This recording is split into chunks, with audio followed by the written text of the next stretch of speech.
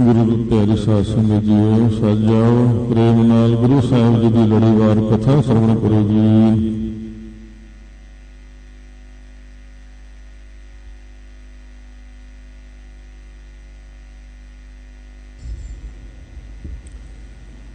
सतनाम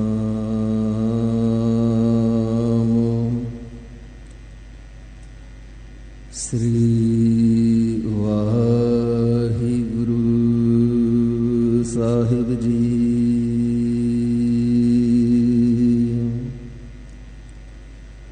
एक ओंकार सतनाम करता पुरख निरभौ निर्वैर अकाल मूरत अजूनी सैभं गुरु प्रसाद जप आद साचु जुगाद साचु है भी साचु नानक होसी भी साचु।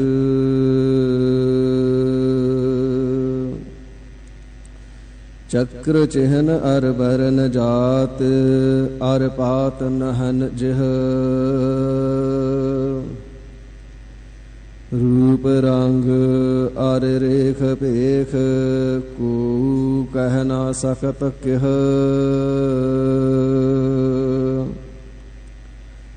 अचल मूरत अनभव प्रकाश अमितोज कहजै कोट इंद्र इंद्राण साहि सहान गणजै। त्रिभुवन महीप सुर नर असुर नेत नेत बन तृण कहत त्वै सर्व नाम कथ कवन कर्म नाम वर्णत सुमत। शत्रधारी क्षत्रिपत शैल रूप शेतनाथ छावनी कर छाया बर क्षत्रिपत गाइया। वेसनाथ विश्वम्भर वेदनाथ बाला कर बाजीगर बान धारी बंधन बताइया। न्योली कर्म दूधा धारी विद्या धर ब्रह्मचारी। ध्यान को लगावै नैक ध्यान हूँ ना पाइयै। राजन के राजा महाराजन के महाराजा ऐसो राज छोड़ और दूजा कौन ध्याइयै। तुम हो सब राजन के राजा आपे आप गरीब निवाजा। दास जान कर कृपा करहु मुहे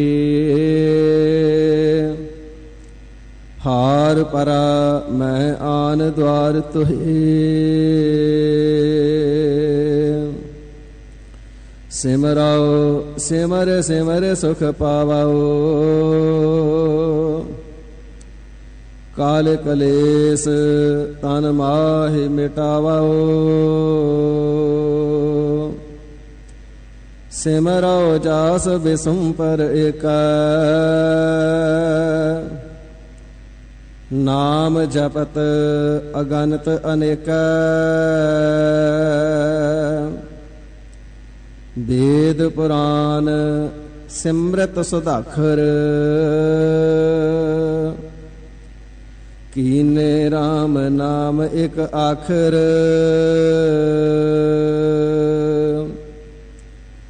किनका एक जिस जीय बसावै ताकि महिमा गनी न आवै कांखी एक दरस तुहारो नानक उन संग मोहे उधारो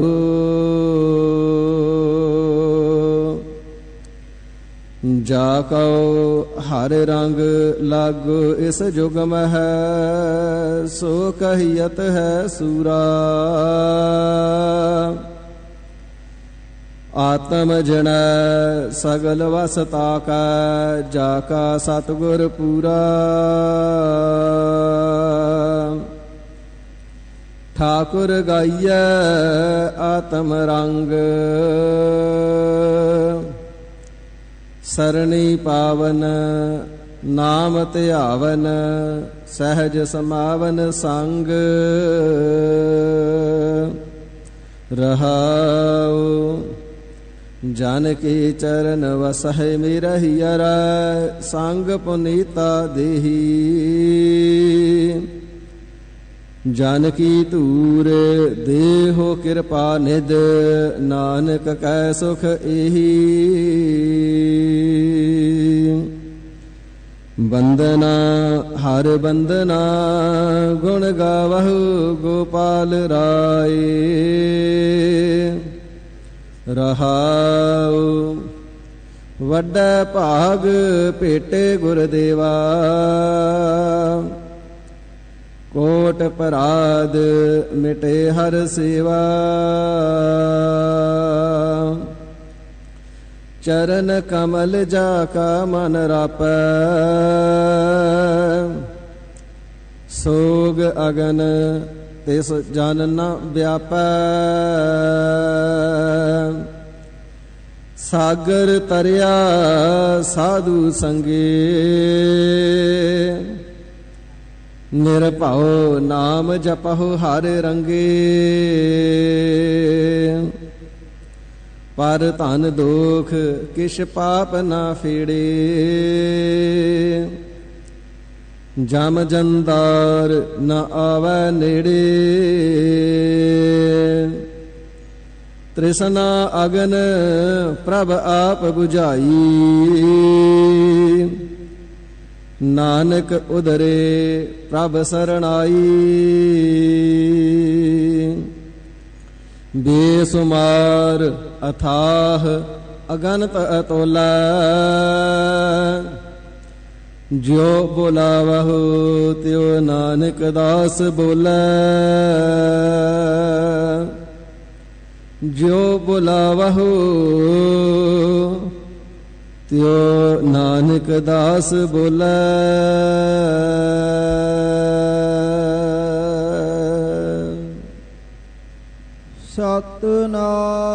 सतनाम श्री वाहेगुरु जी। सलोक तीन गुणा मह व्यापया पूरा न होत न काम पतित उद्धारण मन बसा नानक छूटा नाम तीन गुणा मह व्यापया पूरा न होत न काम पतित उद्धारण मन बसा नानक छूटा नाम पौड़ी त्रयोदशी तीन ताप संसार आवत जात नरक अवतार हर हर भजन ना मन मह आयो सुख सागर प्रभु निमख न गायो हरख सोग का देह कर बांधियो दीर्घ रोग माया आसाध्यो दिन है विकार करत श्रम पायो नैनी नींद सुपन बरडायो हर बिसरत होवत एह हाल शरण नानक प्रभु पुरख दयाल हर बिसरत होवत एह हाल शरण नानक प्रभु पुरख दयाल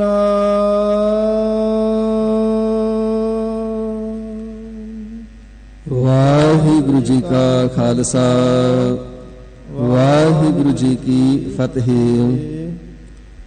पतत पावन भगत वशल करुणा निधान दीना बंधु दया दे सागर ब्रह्म ज्ञान दे सूरज बख्शिशां दे भंडार अमृत के दाते सरबंस दानी गुरु गरीब निवाज साहिबे कमाल श्री गुरु गोबिंद सिंह साहिब सच्चे पातशाह महाराज जी ਆਪਣੀਆਂ ਬਖਸ਼ੀਆਂ ਹੋਈਆਂ ਸੰਗਤਾਂ ਦੇ ਉੱਪਰ ਦਇਆਲਤਾ ਕਰਦਿਆਂ ਹੋਇਆਂ ਨਦਰੇ ਅਨਾਇਤ ਕਰਦਿਆਂ ਹੋਇਆਂ ਆਪਣੇ ਪਾਵਨ ਸਤਜੁਗੀ ਤਪ ਅਸਥਾਨ ਤਖਤ ਸੱਚਖੰਡ ਸ੍ਰੀ ਹਜ਼ੂਰ ਸ੍ਰੀ ਅਬਚਲ ਨਗਰ ਸਾਹਿਬ ਜੀ ਦੇ ਪਾਵਨ ਸੁਖ ਦੇ ਦਰਸ਼ਨ ਦੀਦਾਰ ਮੇਲੇ ਦਸਾਂ ਪਾਤਸ਼ਾਹੀਆਂ ਜੀ ਦੇ ਪਾਵਨ ਆਤਮਿਕ ਸਰੂਪ ਜ਼ਾਹਰਾ ਜ਼ਹੂਰ ਹਾਜ਼ਰਾ ਹਜ਼ੂਰ ਸਰਬ ਕਲਾ ਭਰਪੂਰ ਸ੍ਰੀ ਗੁਰੂ ਗ੍ਰੰਥ ਸਾਹਿਬ ਸੱਚੇ ਪਾਤਸ਼ਾਹ ਮਹਾਰਾਜ ਸਾਹਿਬ ਜੀ ਦੀ ਸਤ ਸੰਗਤ ਰੂਪੀ ਗੋਦ ਦੇ ਸਮੇਤ ਬਖਸ਼ਿਸ਼ ਕਰਕੇ ਨਿਹਾਲ ਕਿਰਤਾਰਥ ਕਰ ਰਹੇ ਨੇ।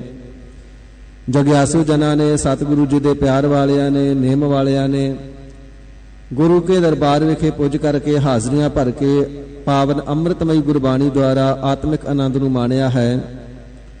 ਸਤਿਗੁਰੂ ਸੱਚੇ ਪਾਤਸ਼ਾਹ ਮਹਾਰਾਜ ਸਾਹਿਬ ਜੀ ਦੇ ਪਾਵਨ ਸੱਚਖੰਡ ਦਰਬਾਰ ਦੀ ਰੋਜ਼ਾਨਾ ਦੀ ਮਰਿਆਦਾ ਦੇ ਅਨੁਸਾਰ ਵੇਲਾ ਹੈ। ਗਰੀਬ ਨਿਵਾਜ ਸਤਿਗੁਰੂ ਜੀ ਦੀ ਪਾਵਨ ਅੰਮ੍ਰਿਤਮਈ ਗੁਰਬਾਣੀ ਦੀ ਚੱਲ ਰਹੀ ਪਾਵਨ ਕਥਾ ਵਿਚਾਰ ਸਰਵਣ ਕਰਕੇ ਹੋਰ ਲਾਹੇ ਪ੍ਰਾਪਤ ਕਰਨੇ ਦਾ। ਜਿਵੇਂ ਗਰੀਬ ਨਿਵਾਜ ਸੱਚੇ ਪਾਤਸ਼ਾਹ ਜੀ ਸਾਨੂੰ ਕਲਯੁਗੀ ਜੀਵਾਂ ਨੂੰ ਉਤਾਰਨ ਵਾਸਤੇ ਅੰਮ੍ਰਿਤਮਈ ਉਪਦੇਸ਼ ਦੀ ਦਾਤ ਬਖਸ਼ਿਸ਼ ਕਰ ਰਹੇ ਨੇ। ਮਨ ਚੇਤ ਬਿਰਤੀਆਂ ਇਕਾਗਰ ਕਰਕੇ ਗੁਰ ਚਰਨਾਂ ਦਾ ਧਿਆਨ ਧਰਦਿਆਂ ਹੋਇਆਂ ਸਰਵਣ ਕਰਕੇ ਲਾਹੇ ਪ੍ਰਾਪਤ ਕਰੀਏ। ਗਰੀਬ ਨਿਵਾਜ ਸਾਹਿਬ ਜੀ ਦਾ ਨਾਮ ਹਿਰਦੇ ਦੀ ਇਕਾਗਰਤਾ ਤੇ ਮੁਖ ਦੀ ਪਵਿੱਤਰਤਾ ਦੇ ਵਾਸਤੇ ਉਚਾਰਨਾ ਕਰੀਏ। ਸਰਬਤ ਮਾਈ ਭਾਈ ਸਹਿਤ ਪਿਆਰ ਦੇ ਉਚਾਰੋ ਜੀ। ਸਤਨਾਮ ਸ੍ਰੀ ਵਾਹਿਗੁਰੂ ਸਾਹਿਬ ਜੀ। ਸਤਨਾਮ ਸ੍ਰੀ ਵਾਹਿਗੁਰੂ ਜੀ। ਸਲੋਕ तीन गुणा मह व्यापया पूरा न होत ना काम। सतगुरु श्री गुरु अर्जन देव सच्चे पातशाह जी महाराज पर उपकारी धीरज धारी शांति दे पुंज गुरबाणी दे मुजस्मे ਸਰਬਤ ਜੀਆਂ ਦੇ ਤਾਰਨਹਾਰ ਪਾਵਨ ਉਪਦੇਸ਼ ਦੀ ਬਖਸ਼ਿਸ਼ ਕਰ ਰਹੇ ਨੇ।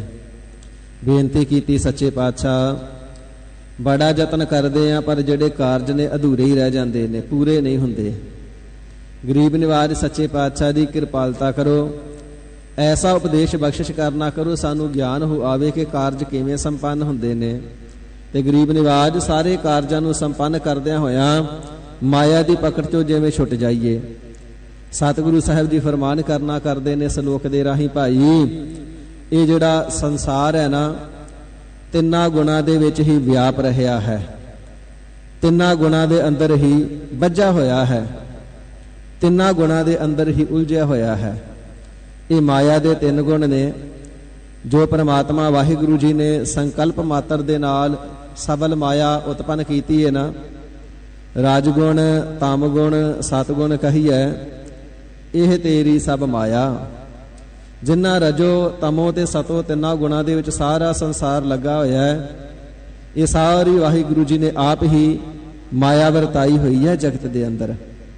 ਇਥੋਂ ਤੱਕ ਕਿ ਸਾਰੀਆਂ ਦੇਵੀਆਂ ਤੇ ਦੇਵਤੇ ਵੀ, 9 ਕਰੋੜ ਦੇਵੀਆਂ, 33 ਕਰੋੜ ਦੇਵਤੇ, 1.25 ਲੱਖ ਪੈਗੰਬਰ, 84 ਸਿੱਧ, ਸਾਰੇ ਮਾਇਆ ਦੇ ਹੀ ਬੰਦੇ ਨੇ। सिद्ध 84 माया के बंदे। माया का इतना ज्यादा प्रबल तेज प्रताप है, 3 देव अर कोड 33 तिन की हैरत कश ना रही। माया का तेज प्रताप वेख करके 33 करोड़ देवते अरे 3 देव शिव जी, ब्रह्मा ते विष्णु जड़े ने ना, इन्हां दी भी हैरानी दी हद ना रही। सारियां नूं मोह लैंदी है, छड़ लैंदी है, त्रोह रूप है, ठग लैंदी है। आडी प्रबल माया, माया एडी प्रबल है, किसी नूं छड्डदी नहीं। खंडां दे अंदर, ब्रह्मंडां दे अंदर, पातालां दे अंदर, सरग लोक दे विच, देवतियां दीयां पुरीआं दे विच किसे नूं नहीं छड्डिया। सारियां दे मन नूं मोह लैण वाली है यह माया। गरीब निवाज सच्चे पातशाह जी महाराज फरमाउंदे ने, जितना संसार नजर पिया आउंदा है ना, सारा तिन्ना गुणा दे विच ही वजह पिया है। तिन्ना ही गुण माया दे सारे संसार नूं व्याप रहे ने। जिन्हां दे अंदर रजोगुण की प्रधानता है, पदार्थां दा बहुता लोभ करके सारी जिंदगी पदार्थ ही इकट्ठे करते फिरदे ने। दूसरियां दे नाल ठगी करनी पवे, धरोह करना पवे, छल करना पवे। ये साध संगत जी जितने राजे लोग इत्यादि होंदे ने, सारियां दे विच रजोगुण की बहुलता हुंदी है। इस करके रजोगुण प्रधान होने करके बहुत ही बिरती के अंदर प्रबल होंदी है, प्रबलता होंदी है पदार्थां नूं एकत्र करने दी, ते पदार्थ इकट्ठे करने वास्ते राज भाग तक नूं भी प्राप्त करते हैं, ते बहुते यत्न करते हैं सारी दुनिया के पदार्थ इकट्ठे कर लईए। इस प्रकार तमोगुणी बिरती जिन्हां दी बहुते क्रोध दे विच रहिंदे ने, दूसरियां दा बुरा चितवदे ने, ते इस प्रकार किसी दा भला नहीं कर सकते। मोह दे विच, आलस दे विच बहुता ही ज्यादा व्याकुल रहिंदे ने, नींद बड़ी आउंदी है। तमोगुण वालियां नूं भुख बहुत ज्यादा लगती है, राशन बहुत छकदे ने। इस प्रकार जिन्हां दे अंदर सतोगुण की प्रधानता है, भावें कि ज्ञान दे सहित है, पर रिद्धियां सिद्धियां दा संकल्प सदा बनिया ही रहिंदा है। ते जे कोई शक्तियां प्राप्त हो जाण, फिर उन्हां दे विच लग करके अपनी पूजा करवाउण दे विच उलझ करके रह जांदे ने। इस प्रकार ये 3 गुण माया दे ने। इन्हां 3 गुणां ने अवतारां नूं भी नहीं छड्डिया, पैगंबरां नूं भी नहीं छड्डिया, रहबरां नूं भी नहीं छड्डिया। कृष्ण भगवान जी दे गुरु दुर्वासा जी अत क्रोधी होए, तमोगुणी बिरती वाले, गल गल ते श्राप देना। इस प्रकार उन्हां दा इतिहास दे अंदर जीवन दा वर्णन आउंदा है। गरीब निवाज साहब जी फरमाउंदे ने, जितना भी संसार नजर आउंदा ना, सारा 3 गुणा दे अंदर ही व्याप रहा है। जेकर 3 गुणा तो उपर उठ करके तुरिया पद तक पहुंचदे, चौथी अवस्था तक पहुंचदे, ते फिर कारज पूरे होने सी ना। पर 3 गुणा दे विच लगने दे कारण बहुते लोभी हो रहे ने, बहुते लालची हो रहे ने। पूर्ण होत ना काम, इन्हां दे जिहड़े काम ने वो पूरे हुंदे ही नहीं। हजूर पूरे क्यों नहीं हुंदे? भाई पूरे होने सी प्रभ का सिमरन कारज पूरे, ते प्रभु जी दा सिमरन ते करदे नहीं। रजोगुण, तमोगुण, सतोगुण दे विच उलझे हुए ने। इस प्रकार सिद्ध 84 माया के बंदा, सिद्धियां प्राप्त कर लईयां, पर तां भी माया दे बंदी खाने चों ना छुट सके। ये माया दे जिहड़े 3 गुण ने, सारे संसार नूं अपने अधीन इन्हां ने कीता होया है, किसे नूं भी नहीं छड्डदे ने। सो इसे प्रकार हजूर फरमावदे हन, फिर पढ़ दिओ जी। 3 गुणा मह व्यापया, पूरन होत ना काम। भाई ये सारा संसार ते संसार दे जितने कोई जीव ने 3 गुणा दे अंदर बजे पए ने, वसीकार होए ने। इस करके पूर्ण होत ना काम। बहुत कामनावां मन दे अंदर करदे ने, पर कामनावां पूरीआं नहीं हुंदियां। जे तां वाहिगुरू जी दी बंदगी करदे ते फिर सतगुर होए दयाल, तां सरदा पूरी है, ਸਤਿਗੁਰ ਹੋਏ ਦਇਆਲ ਨਾ ਕਬਹੂ ਝੂਰੀਐ। ਸਤਿਗੁਰ ਹੋਏ ਦਇਆਲ ਤਾ ਦੁਖ ਨਾ ਜਾਣੀਐ। ਸਤਿਗੁਰ ਹੋਏ ਦਇਆਲ ਤਾ ਹਰ ਰੰਗ ਮਾਣੀਐ। ਸਤਿਗੁਰ ਹੋਏ ਦਇਆਲ ਤਾ ਜਮ ਕਾ ਡਰ ਕੀਹਾ। ਸਤਿਗੁਰ ਹੋਏ ਦਇਆਲ ਤਾ ਸਦ ਹੀ ਸੁਖ ਦੇਹਾ। ਸਤਿਗੁਰ ਹੋਏ ਦਇਆਲ ਤਾ ਨਵ ਨਿਧ ਪਾਈਐ। ਸਤਿਗੁਰ ਹੋਏ ਦਇਆਲ ਤਾ ਸੱਚ ਸਮਾਈਐ। ਦੁਨੀਆ ਦੀਆਂ ਕਾਮਨਾਵਾਂ ਤੋਂ ਲੈ ਕੇ, ਸਾਰੀਆਂ ਸ਼ਰਧਾ ਭਾਵਨਾਵਾਂ ਤੋਂ ਲੈ ਕੇ, ਸਰੀਰ ਅਤੇ ਮਨ ਦੇ ਦੁੱਖਾਂ ਤੋਂ ਲੈ ਕੇ ਨਰਕਾਂ ਦੇ ਦੁੱਖ ਤੱਕ ਸਾਰੇ ਕੱਟੇ ਜਾਣੇ ਸੀ ਤੇ ਅੰਤ ਕਾਲ ਵਾਹਿਗੁਰੂ ਜੀ ਦੇ ਅੰਦਰ ਸੱਚ ਸਮਾਈਐ। ਸੱਚ ਦੇ ਵਿੱਚ ਹੀ ਭੇਦ ਹੋ ਜਾਈਦਾ। ਪਰ ਵਾਹਿਗੁਰੂ ਜੀ ਦੀ ਬੰਦਗੀ ਨਾ ਕਰਨੇ ਕਰਕੇ, ਗੁਰੂ ਉਪਦੇਸ਼ ਨੂੰ ਨਾ ਕਮਾਉਣੇ ਕਰਕੇ, ਤਿੰਨਾਂ ਗੁਣਾਂ ਦੇ ਵਿੱਚ ਵਿਆਪੇ ਹੋਣ ਦੇ ਕਾਰਨ ਕਾਮਨਾਵਾਂ ਵੀ ਜਿਹੜੀਆਂ ਮਨ ਦੀਆਂ ਨੇ ਉਹ ਪੂਰੀਆਂ ਨਹੀਂ ਹੁੰਦੀਆਂ। ਇਸੇ ਪ੍ਰਕਾਰ ਕਿਨ ਹੀ ਨਾ ਕੀਏ ਕਾਜ ਮਾਇਆ ਪੂਰੇ। ਵੱਡੇ ਵਡੇਰੇ ਕਰ ਕਰਕੇ ਥੱਕ ਗਏ, ਪਰ ਮਾਇਆ ਦੇ ਜਿਹੜੇ ਕਾਰਜ ਸਨ ਕਿਸੇ ਦੇ ਵੀ ਪੂਰੇ ਨਹੀਂ ਹੋਏ। ਇਸੇ ਪ੍ਰਕਾਰ ਪੂਰਨ ਹੋਤ ਨਾ ਕਾਮ। ਜੀਵਨ ਮੁਕਤੀ ਪ੍ਰਾਪਤ ਕਰਨੀ ਇਹ ਜੀਵਨ ਦਾ ਮਨੋਰਥ ਹੈ ਨਾ। ਵਾਹਿਗੁਰੂ ਜੀ ਦੀ ਪ੍ਰਾਪਤੀ ਕਰ ਲੈਣੀ ਇਹ ਜੀਵਨ ਦਾ ਮਨੋਰਥ ਹੈ ਨਾ। ਭਈ ਪ੍ਰਾਪਤ ਮਾਨੁਖ ਦੇਹੁਰੀਆ। ਇਸ ਦੇਹੁਰੀ ਨੂੰ ਧਾਰਨ ਦਾ, ਸਰੀਰ ਨੂੰ ਧਾਰਨ ਦਾ ਮਨੋਰਥ ਤਾਂ ਇਹ ਕੀ ਹੈ? ਵਾਹਿਗੁਰੂ ਜੀ ਨੂੰ ਪ੍ਰਾਪਤ ਕਰ ਲੈਣਾ। ਪਰ ਤਿਸ ਪੂਰਨ ਪਰਮਾਤਮਾ ਜੀ ਨੂੰ ਪ੍ਰਾਪਤ ਕਰਨੇ ਰੂਪੀ ਜਿਹੜਾ ਕਾਰਜ ਹੈ ਇਸ ਦਾ ਪੂਰਨ ਹੋਤ ਨਾ, ਪੂਰਾ ਹੀ ਨਹੀਂ ਹੁੰਦਾ। ਤਿੰਨਾਂ ਗੁਣਾਂ ਦੇ ਵਿੱਚ ਲੱਗ ਕਰਕੇ ਉਲਝ ਕੇ ਰਹਿ ਗਿਆ। ਇਸ ਪ੍ਰਕਾਰ ਮਾਇਆ ਦੇ ਜੰਜਾਲਾਂ ਦੇ ਵਿੱਚ ਹੀ ਫਸ ਕਰਕੇ ਉਲਝ ਕਰਕੇ ਰਹਿ ਗਿਆ ਹੈ।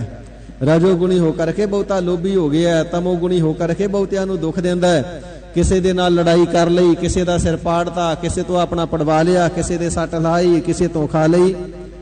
ਇਥੋਂ ਤੱਕ ਕਿ ਤਮੋ ਗੁਣੀ ਬਿਰਤੀ ਪ੍ਰਧਾਨ ਜਿਸ ਪੁਰਸ਼ ਦੇ ਅੰਦਰ ਹੈ ਨਾ, ਟੂਣੇ ਟਾਮਣ ਕਰਕੇ, ਜੰਤਰ ਮੰਤਰ ਤੰਤਰ ਕਰਕੇ ਵੀ ਦੂਜਿਆਂ ਨੂੰ ਦੁੱਖ ਦਿੰਦਾ ਹੈ।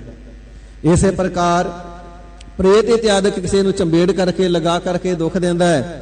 ਤਿੰਨਾਂ ਦੀ ਪੂਜਾ ਕਰਦਾ ਹੈ, ਤਿੰਨਾਂ ਦੀ ਉਪਾਸਨਾ ਕਰਦਾ ਹੈ, ਮੜੀਆਂ ਮੱਟ ਪੂਜਦਾ ਹੈ। ਅੰਤਕਾਲ ਆਪ ਵੀ ਪ੍ਰੇਤ ਬਣ ਜਾਂਦਾ ਹੈ। ਫਿਰ ਪ੍ਰੇਤ ਪਿੰਜਰ ਮੈਂ ਹੈ। ਪ੍ਰੇਤ ਦੀ ਪਿੰਜਰ ਦੇ ਵਿੱਚ, ਜੂਨੀ ਦੇ ਵਿੱਚ ਦੁੱਖ ਕਨੇਰੇ, ਬਹੁਤੇ ਦੁੱਖਾਂ ਨੂੰ ਪਾਉਂਦਾ ਹੈ। ਬੜੀ ਲੰਬੀ ਉਮਰਾਂ ਹੁੰਦੀ ਹੈ। ਸਾਧ ਸੰਗਤ ਜੀ ਮਹਾਂਪੁਰਖਾਂ ਦਾ ਬਚਨ ਹੈ, ਜਦ ਤੱਕ ਮਹਾਂਪਰਲੋ ਨਹੀਂ ਨਾ ਹੋ ਜਾਂਦੀ ਉਦੋਂ ਤੱਕ ਪ੍ਰੇਤ ਜੀ ਜੂਨ ਤੋਂ ਛੁੱਟਦਾ ਨਹੀਂ। ਤੇ ਪ੍ਰੇਤ ਨੂੰ ਸਵਾ ਮਣ ਪੱਕੇ ਦੀ ਭੁੱਖ ਹੁੰਦੀ ਹੈ। ਤੇ ਜਿਹੜਾ ਮੂੰਹ ਹੈ ਕੇਵਲ ਤਾਂ ਕੇਵਲ ਸੂਈ ਦੇ ਨੱਕੇ ਜਿੰਨਾ ਹੁੰਦਾ ਹੈ। ਜਿੰਨਾ ਕਿ ਸੂਈ ਦੇ ਅੰਦਰ ਨੱਕਾ ਛੇਕ ਹੁੰਦਾ ਨਾ ਧਾਗਾ ਲੰਘਾਉਣ ਵਾਲਾ, ਇੰਨਾ ਕੁ ਮੂੰਹ ਹੁੰਦਾ ਹੈ। ਭੁੱਖ ਹੁੰਦੀ ਸਵਾ ਮਣ ਦੀ, ਖਾਦਾ ਕੁਛ ਜਾਂਦਾ ਨਹੀਂ। ਬੂੰਦ ਦੋ ਬੂੰਦਾ ਖੂਨ ਹੀ ਚੂਸਦਾ ਜਿਸ ਨੂੰ ਚੰਬੜਦਾ ਹੈ, ਤੇ ਮਾਰੀ ਸਭਨਾਂ ਨੂੰ ਜਾਂਦਾ ਹੈ। ਇਸ ਪ੍ਰਕਾਰ ਹਰ ਵੇਲੇ ਭੁੱਖ ਦੇ ਵਿੱਚ ਰਹਿਣ ਕਰਕੇ ਬਹੁਤਾ ਕ੍ਰਿਜਦਾ ਹੈ, ਬਹੁਤਾ ਦੁੱਖ ਪਾਉਂਦਾ ਹੈ। ਫਿਰ ਜਿਵੇਂ ਜਿਵੇਂ ਦੂਜਿਆਂ ਨੂੰ ਦੁੱਖ ਦਿੰਦਾ ਤਿਵੇਂ ਤਿਵੇਂ ਆਪ ਨੂੰ ਵੀ ਬਹੁਤੇ ਦੁੱਖ ਮਿਲਦੇ ਨੇ। ਸਤਿਗੁਰੂ ਸੱਚੇ ਪਾਤਸ਼ਾਹ ਜੀ ਫਰਮਾਨ ਕਰਦੇ ਨੇ, ਇਸ ਪ੍ਰਕਾਰ ਤਮੋ ਗੁਣੀ ਪ੍ਰਧਾਨ ਬਿਰਤੀ ਵਾਲੇ ਜਿਹੜੇ ਪੁਰਸ਼ ਨੇ ਦੁੱਖ ਹੀ ਦਿੰਦੇ ਨੇ ਤੇ ਦੁੱਖ ਹੀ ਪ੍ਰਾਪਤ ਕਰਦੇ ਨੇ। ਜੀਵਨ ਮਨੋਰਥ ਪੂਰਨਕ ਸਫਲਾ ਕਰਨ ਵਾਲਾ ਇਹਨਾਂ ਦਾ ਕੰਮ ਪੂਰਾ ਨਹੀਂ ਹੁੰਦਾ ਹੈ। ਪੂਰਨ ਹੋਤ ਨਾ। ਜੋ ਪਰਿਪੂਰਨ ਹਰੀ ਅਕਾਲ ਪੁਰਖ ਵਾਹਿਗੁਰੂ ਹੈ ਨਾ, ਤਿਸ ਦੀ ਪ੍ਰਾਪਤੀ ਨਹੀਂ ਕਰ ਪਾਉਂਦੇ ਨੇ। ਹੋਤ ਨਾ, ਤਿਸ ਦੇ ਨਾਲ ਮਿਲਾਪ ਹੀ ਨਹੀਂ ਹੁੰਦਾ ਹੈ। ਤੇ ਹਿਰਦੇ ਦੇ ਅੰਦਰ ਕਾਮਨਾਵਾਂ ਬਹੁਤੀਆਂ ਬਣੀਆਂ ਰਹਿੰਦੀਆਂ ਨੇ, ਇੱਛਾ ਬਹੁਤੀਆਂ ਬਣੀਆਂ ਰਹਿੰਦੀਆਂ ਨੇ। ਇਸੇ ਪ੍ਰਕਾਰ ਮੋਹ ਦਾ ਮਾਰਿਆ ਹੋਇਆ ਮਾਇਆ ਦੇ ਗੁਣਾਂ ਦੇ ਸਹਿਤ ਹੋਣ ਦੇ ਕਾਰਨ ਕਾਮ ਸਦਾ ਕਾਮੀ ਹੋਇਆ ਫਿਰਦਾ ਹੈ। ਤੱਕੇ ਨਾਰ ਪਰਾਈਆਂ ਲੁਕ ਅੰਦਰ ਠਾਣੀ, ਅਜ਼ਰਾਈਲ ਫਰਿਸ਼ਤਾ ਤਿਲ ਪੀੜੇ ਕਹਾਣੀ, ਕਰਮੀ ਆਪੋ ਆਪਣੀ ਆਪੇ ਪਛਤਾਣੀ। ਇਸ ਪ੍ਰਕਾਰ ਕਾਮੀ ਹੋ ਕਰਕੇ ਮੰਦਕਰਮੀ ਹੋ ਆਉਂਦਾ ਹੈ ਤੇ ਫਿਰ ਜਮਾ ਦੇ ਦੁਆਰਾ ਧਰਮਰਾਜ ਦੇ ਹੁਕਮ ਦੇ ਨਾਲ ਬਹੁਤੇ ਹੀ ਦੁੱਖਾਂ ਨੂੰ ਭੋਗਣਾ ਕਰਦਾ ਹੈ। ਸਤਿਗੁਰੂ ਸੱਚੇ ਪਾਤਸ਼ਾਹ ਜੀ ਦੇ ਅੰਮ੍ਰਿਤ ਬਚਨ ਨੇ, ਪਰ ਤ੍ਰਿ ਰਾਵਣ ਜਾਹੇ ਸੇਈ ਤਾ ਲਾਜੀ ਹੈ। ਜੋ ਪਰ ਇਸਤਰੀਆਂ ਦੇ ਨਾਲ ਕੁਕਰਮ ਇਤਿਆਦਿਕ ਕਰਦੇ ਨੇ ਤਾਂ ਲਾਜੀ ਹੈ। ਧਰਮ ਰਾਜੇ ਦੀ ਦਰਗਾਹ ਦੇ ਵਿੱਚ ਲਾਜੀ ਹੈ, ਬਹੁਤੇ ਲੱਜਾਵਾਨ ਸ਼ਰਮਿੰਦੇ ਹੁੰਦੇ ਨੇ। ਤਾਂ ਲਾਜੀ ਹੈ ਤੇਲ ਦੇ ਉਬਲਦੇ ਹੋਏ ਕੜਾਹਿਆਂ ਦੇ ਵਿੱਚ ਪਕੌੜਿਆਂ ਦੇ ਵਾਂਗੂ ਤਲੇ ਜਾਂਦੇ ਨੇ ਜਿਹੜੇ ਕਾਮੀ ਪੁਰਸ਼ ਹੁੰਦੇ ਨੇ। ਇਸ ਪ੍ਰਕਾਰ ਬਹੁਤ ਸਾਰਾ ਕਾਮ ਹਿਰਦੇ ਦੇ ਵਿੱਚ ਲੈ ਕਰਕੇ ਫਿਰਦੇ ਨੇ। ਪਾਪੀ ਹੀ ਹੈ ਮੈਂ ਕਾਮ ਵਸਾਈ। ਪਾਪੀ ਪੁਰਸ਼ ਹਿਰਦੇ ਦੇ ਵਿੱਚ ਕਾਮ ਦੀ ਬਿਰਤੀ ਲਾ ਕਰਕੇ ਘੁੰਮਦੇ ਨੇ, ਪਰ ਜਿਤਨੀ ਕਾਮ ਭੋਗਣ ਦੀ ਇੱਛਾ ਹੁੰਦੀ ਹੈ ਪੂਰਨ ਹੋਤ ਨਾ ਕਾਮ। ਉਸ ਕਾਮ ਨੂੰ ਭੋਗਣ ਦੀ ਜਿਹੜੀ ਇੱਛਾ ਹੈ ਉਹ ਵੀ ਪੂਰੀ ਨਹੀਂ ਹੁੰਦੀ। ਵਾਹਿਗੁਰੂ ਜੀਵ ਦੇ ਵੱਲੋਂ ਵੀ ਰਹਿ ਗਏ ਤੇ ਵਿਸ਼ਈ ਹੋ ਕਰਕੇ ਜੀਵਨ ਸਫਲਾ ਕਰਨ ਵਾਸਤੇ ਵੀ ਰਹਿ ਗਏ ਤੇ ਮਨੋ ਕਾਮਨਾ ਤਾਂ ਵੀ ਪੂਰਨ ਨਹੀਂ ਹੁੰਦੀ ਹੈ। ਇਸ ਪ੍ਰਕਾਰ ਮਾਇਆ ਦੇ ਤਿੰਨਾਂ ਗੁਣਾਂ ਦੇ ਵਿੱਚ ਉਲਝਣੇ ਦੇ ਕਾਰਨ ਮਨੁੱਖ ਦੀ ਕਾਮਨਾ ਪੂਰੀ ਨਹੀਂ ਹੁੰਦੀ, ਕੰਮ ਪੂਰੇ ਨਹੀਂ ਹੁੰਦੇ, ਜੀਵਨ ਮਨੋਰਥ ਸਫਲਾ ਨਹੀਂ ਹੁੰਦਾ ਤੇ ਕਾਮੀ ਜਿਹੜਾ ਪੁਰਸ਼ ਹੈ ਉਸ ਦੀ ਵੀ ਇੱਛਾ ਪੂਰੀ ਨਹੀਂ ਹੁੰਦੀ ਹੈ। ਪਤਿਤ ਉਧਾਰਣ ਮਨ ਬਸਾ ਨਾਨਕ ਛੂਟੈ ਨਾਮ। ਸੱਚੇ ਪਾਤਸ਼ਾਹ ਜੀ ਇਹ ਮਾਇਆ ਦੇ ਤਿੰਨਾਂ ਗੁਣਾਂ ਦੀ ਤੇ ਬੜੀ ਪ੍ਰਬਲਤਾ ਹੈ। ਗਰੀਬ ਨਿਵਾਜ ਇਹ ਵੱਡੇ ਵੱਡੇ ਵਡੇਰਿਆਂ ਨੂੰ ਵੀ ਵਸ ਦੇ ਵਿੱਚ ਕਰ ਲੈਂਦੇ ਨੇ, ਇਸ ਦੇ ਵਿੱਚੋਂ ਛੁਟਕਾਰਾ ਕਿਵੇਂ ਹੋਵੇ? ਤੇ ਸਾਹਿਬ ਜੀ ਫਰਮਾਵਣਾ ਕਰਦੇ ਨੇ, ਜੋ ਪਤਤਾਂ ਦਾ ਉਦਾਹਰਨ ਕਰਨ ਵਾਲਾ ਹਰੀ ਅਕਾਲ ਪੁਰਖ ਵਾਹਿਗੁਰੂ ਪਰਮਾਤਮਾ ਹੈ ਨਾ, ਉਸ ਦਾ ਜਿਹੜਾ ਨਾਮ ਹੈ ਮਾਨੇ ਵਸੈ। ਨੰਨੇ ਨੂੰ ਸਿਹਾਰੀ ਮਾਨੇ, ਮਨ ਦੇ ਅੰਦਰ ਵਸੈ, ਵਸ ਜਾਵੇ। ਪਾਪੀਆਂ ਦਾ ਉਧਾਰ ਕਰਨ ਵਾਲਾ ਜੋ ਪਰਮਾਤਮਾ ਹੈ। ਪਤਤ ਹੁੰਦਾ ਜਿਹੜਾ ਆਪਣੀ ਪਦਵੀ ਤੋਂ ਗਿਰ ਜਾਵੇ, ਪਤਨ ਹੋ ਜਾਵੇ ਜਿਸ ਦਾ। ਜਿਵੇਂ ਸਤਿਗੁਰੂ ਸੱਚੇ ਪਾਤਸ਼ਾਹ ਮਹਾਰਾਜ ਸਾਹਿਬ ਜੀ ਨੇ ਅੰਮ੍ਰਿਤ ਦੀ ਦਾਤ ਬਖਸ਼ਿਸ਼ ਕਰਕੇ ਖਾਲਸਾ ਪਦਵੀ ਬਖਸ਼ੀ ਹੈ ਨਾ, ਤੇ ਜੇ ਕਿਸੇ ਦੇ ਪਾਸੋਂ ਅਚਨਚੇਤ ਜਾਂ ਭੁੱਲ ਦੇ ਵਸ ਕੋਈ ਵਜਰ ਕਰੈਤ ਹੋ ਜਾਵੇ ਤਾਂ ਉਹ ਸਿੱਖ ਦੀ ਪਦਵੀ ਤੋਂ ਉਸ ਦਾ ਪਤਨ ਹੋ ਜਾਂਦਾ ਹੈ, ਗਿਰ ਜਾਂਦਾ ਹੈ। ਉਹ ਖਾਲਸੇ ਦੀ ਪਦਵੀ ਤੋਂ ਉਸ ਦਾ ਪਤਨ ਹੋ ਜਾਂਦਾ ਹੈ। ਪਰ ਜਿਹੜੇ ਗਰੀਬ ਨਿਵਾਜ ਸਤਿਗੁਰੂ ਜੀ ਨੇ, ਹਰੀ ਅਕਾਲ ਪੁਰਖ ਵਾਹਿਗੁਰੂ ਜੀ ਨੇ, ਪਤਤਾਂ ਦਾ ਵੀ ਉਧਾਰ ਕਰਨ ਵਾਲੇ ਨੇ। ਸਤਿਗੁਰੂ ਜੀ ਨੇ ਤੇ ਵਿਧੀ ਬਣਾ ਦਿੱਤੀ, ਗੁਰਸਿੱਖਾ ਜਾਣ ਬੁੱਝ ਕੇ ਗੁਨਾਹ ਕਰੀ ਨਾ, ਅਚਨਚੇਤ ਹੋ ਜਾਵੇ, ਪੰਜ ਪਿਆਰਿਆਂ ਦੇ ਪੇਸ਼ ਹੋ ਕਰਕੇ ਤਨਖਾਹ ਲਗਵਾ ਕਰਕੇ ਪੂਰੀ ਕਰਕੇ ਅਰਦਾਸ ਕਰੀ ਤੂੰ ਬਖਸ਼ਿਆ ਜਾਵੇਗਾ। ਇਸ ਪ੍ਰਕਾਰ ਪਾਪੀਆਂ ਦਾ ਉਧਾਰ ਕਰਨੇ ਵਾਲੇ ਜੋ ਹਰੀ ਅਕਾਲ ਪੁਰਖ ਵਾਹਿਗੁਰੂ ਜੀ ਨੇ, ਤੇ ਇਸ ਵਾਹਿਗੁਰੂ ਜੀ ਦਾ ਜਿਹੜਾ ਵਾਹਿਗੁਰੂ ਗੁਰਮੰਤਰ ਨਾਮ ਹੈ ਹਿਰਦੇ ਦੇ ਵਿੱਚ ਵਸ ਜਾਵੇ। ਜੀਵ ਚੱਲਦਿਆਂ ਫਿਰਦਿਆਂ ਉੱਠਦਿਆਂ ਬੈਠਦਿਆਂ ਜਾਂਦਿਆਂ ਸੁੱਤਿਆਂ ਜਾਗਦਿਆਂ ਹਰ ਵੇਲੇ ਜਪਦਾ ਰਵੇ ਸਤਨਾਮ ਸ੍ਰੀ ਵਾਹਿਗੁਰੂ। ਕਿਉਂਕਿ ਜਿਹੜੀ ਚੀਜ਼ ਮਨ ਦੇ ਵਿੱਚ ਵਸੀ ਹੋਵੇ ਨਾ, ਉਹਦਾ ਚਿੰਤਨ ਸੁਭਾਵਕ ਹੀ ਹਿਰਦੇ ਦੇ ਅੰਦਰ ਚੱਲਦਾ ਰਹਿੰਦਾ। ਤੇ ਜਿਸ ਚੀਜ਼ ਦਾ ਚਿੰਤਨ ਮਨ ਦੇ ਅੰਦਰ ਚੱਲਦਾ ਹੋਵੇ, ਉਹ ਜ਼ੁਬਾਨ ਦੇ ਉੱਪਰ ਗੱਲ ਆ ਹੀ ਜਾਂਦੀ ਹੈ। ਜੋ ਜੀਏ ਹੋਏ ਸੋ ਉਗਵੈ, ਮੋਹ ਕਾ ਕਹਿਆ ਵਾਓ। ਜੇ ਗੱਲ ਹਿਰਦੇ ਦੇ ਵਿੱਚ ਮਨ ਦੇ ਵਿੱਚ ਨਹੀਂ ਤੇ ਫਿਰ ਮੂੰਹ ਦੇ ਵਿੱਚੋਂ ਸਾਹਿਬ ਜੀ ਕਹਿੰਦੇ ਕਹਿਣੀ ਵਿਅਰਥ ਹੈ। ਮਨੁੱਖ ਕਿਸੇ ਦੇ ਨਾਲ ਮਨ ਦੇ ਵਿੱਚੋਂ ਵੈਰ ਕਰਦਾ ਹੋਵੇ, ਮੁਖ ਚੋਂ ਮਿੱਠੀਆਂ ਮਿੱਠੀਆਂ ਗੱਲਾਂ ਕਰਨ ਦਾ ਕਿਤਨਾ ਵੀ ਯਤਨ ਕਰੇ, ਪਰ ਕਦੇ ਨਾ ਕਦੇ ਕੌੜਾ ਬਚਨ ਨਿਕਲ ਹੀ ਆਵੇਗਾ। ਜਿਹੜੀ ਗੱਲ ਮਨ ਦੇ ਵਿੱਚ ਆ ਉਹ ਨਿਕਲ ਹੀ ਆਉਣੀ ਹੈ। ਜਿਹੜਾ ਬ੍ਰਿਸ਼ ਬੀਜ ਦੇ ਅੰਦਰ ਹੈ, ਧਰਤੀ ਵਿੱਚ ਬੀਜ ਪੈਣੇ ਤੇ ਉਹ ਬ੍ਰਿਸ਼ ਜਿਹੜਾ ਹੈ ਬੀਜ ਤੋਂ ਬਾਹਰ ਆ ਹੀ ਜਾਣਾ ਹੈ।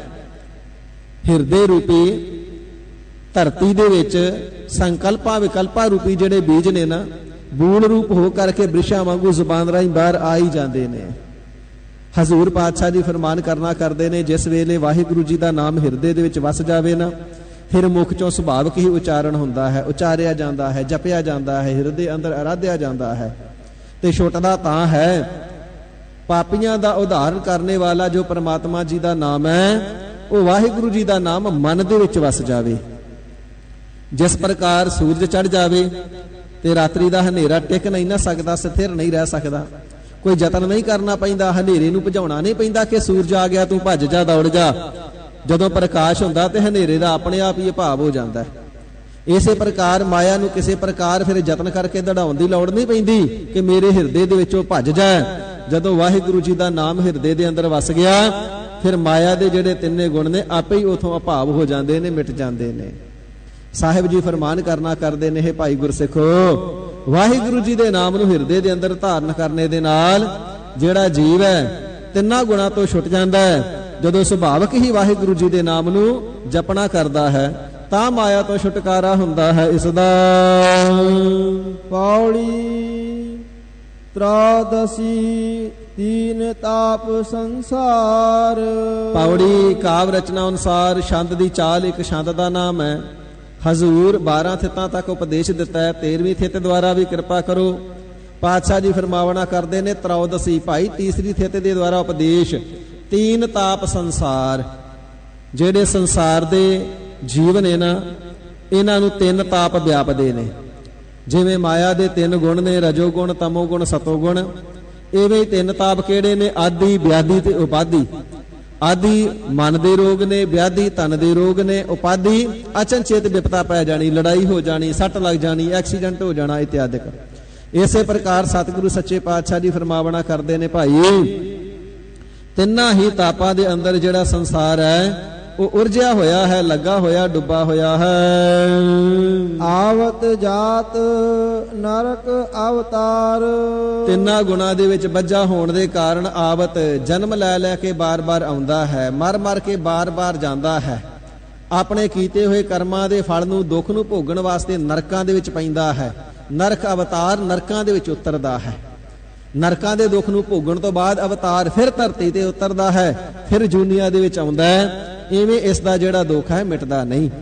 ਤਿੰਨਾਂ ਤਾਪਾਂ ਦੇ ਅੰਦਰ ਸਾਰਾ ਸੰਸਾਰ ਉਲਝ ਕਰਕੇ ਰਹਿ ਗਿਆ।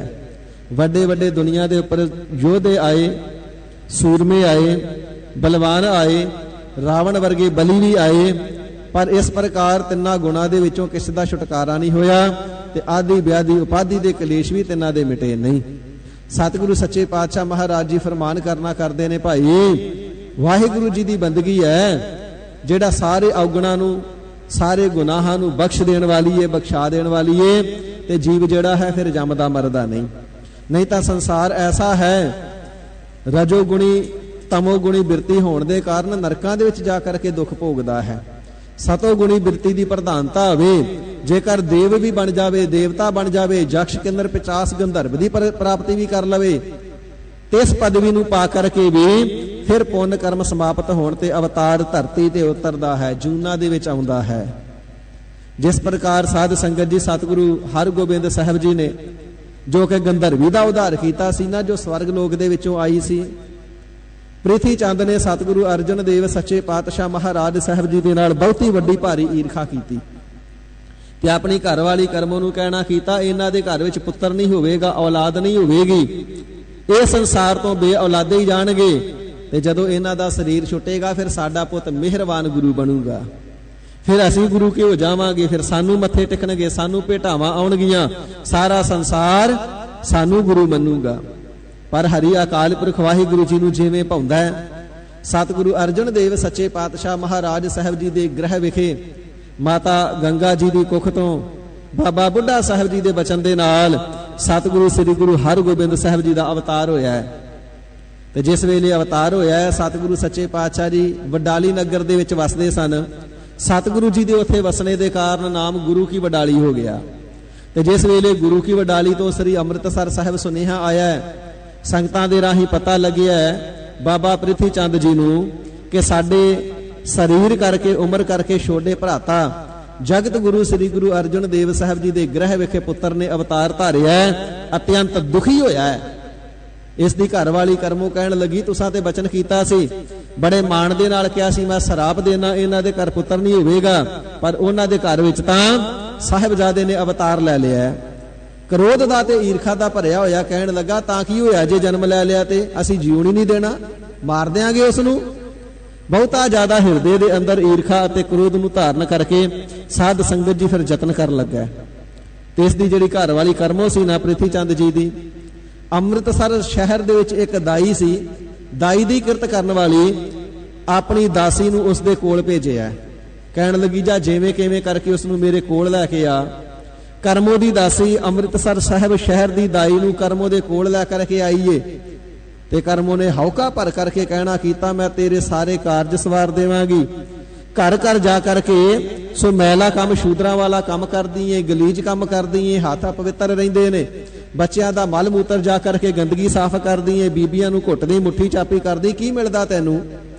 ਮੈਂ ਪਦਾਰਥਾਂ ਦੇ ਨਾਲ ਤੇਰਾ ਘਰ ਭਰ ਦੇਵਾਂਗੀ, ਸਿਰਫ ਇੱਕ ਕੰਮ ਮੇਰਾ ਤੂੰ ਕਰ ਦੇ, ਤੇਰੀ ਜ਼ਿੰਦਗੀ ਭਰ ਦੇ ਸਾਰੇ ਕੰਮ ਮੈਂ ਆਪਣੇ ਆਪ ਹੀ ਕਰ ਦੇਵਾਂਗੀ। ਪੁੱਛਣਾ ਕੀਤਾ ਦਾਈ ਨੇ, ਜੀ ਐਸਾ ਕਿਹੜਾ ਕੰਮ ਹੈ? ਇੱਕ ਕੰਮ ਕੀਤਿਆਂ ਜ਼ਿੰਦਗੀ ਦੇ ਸਾਰੇ ਕਾਰਜ ਹੋ ਜਾਣਗੇ।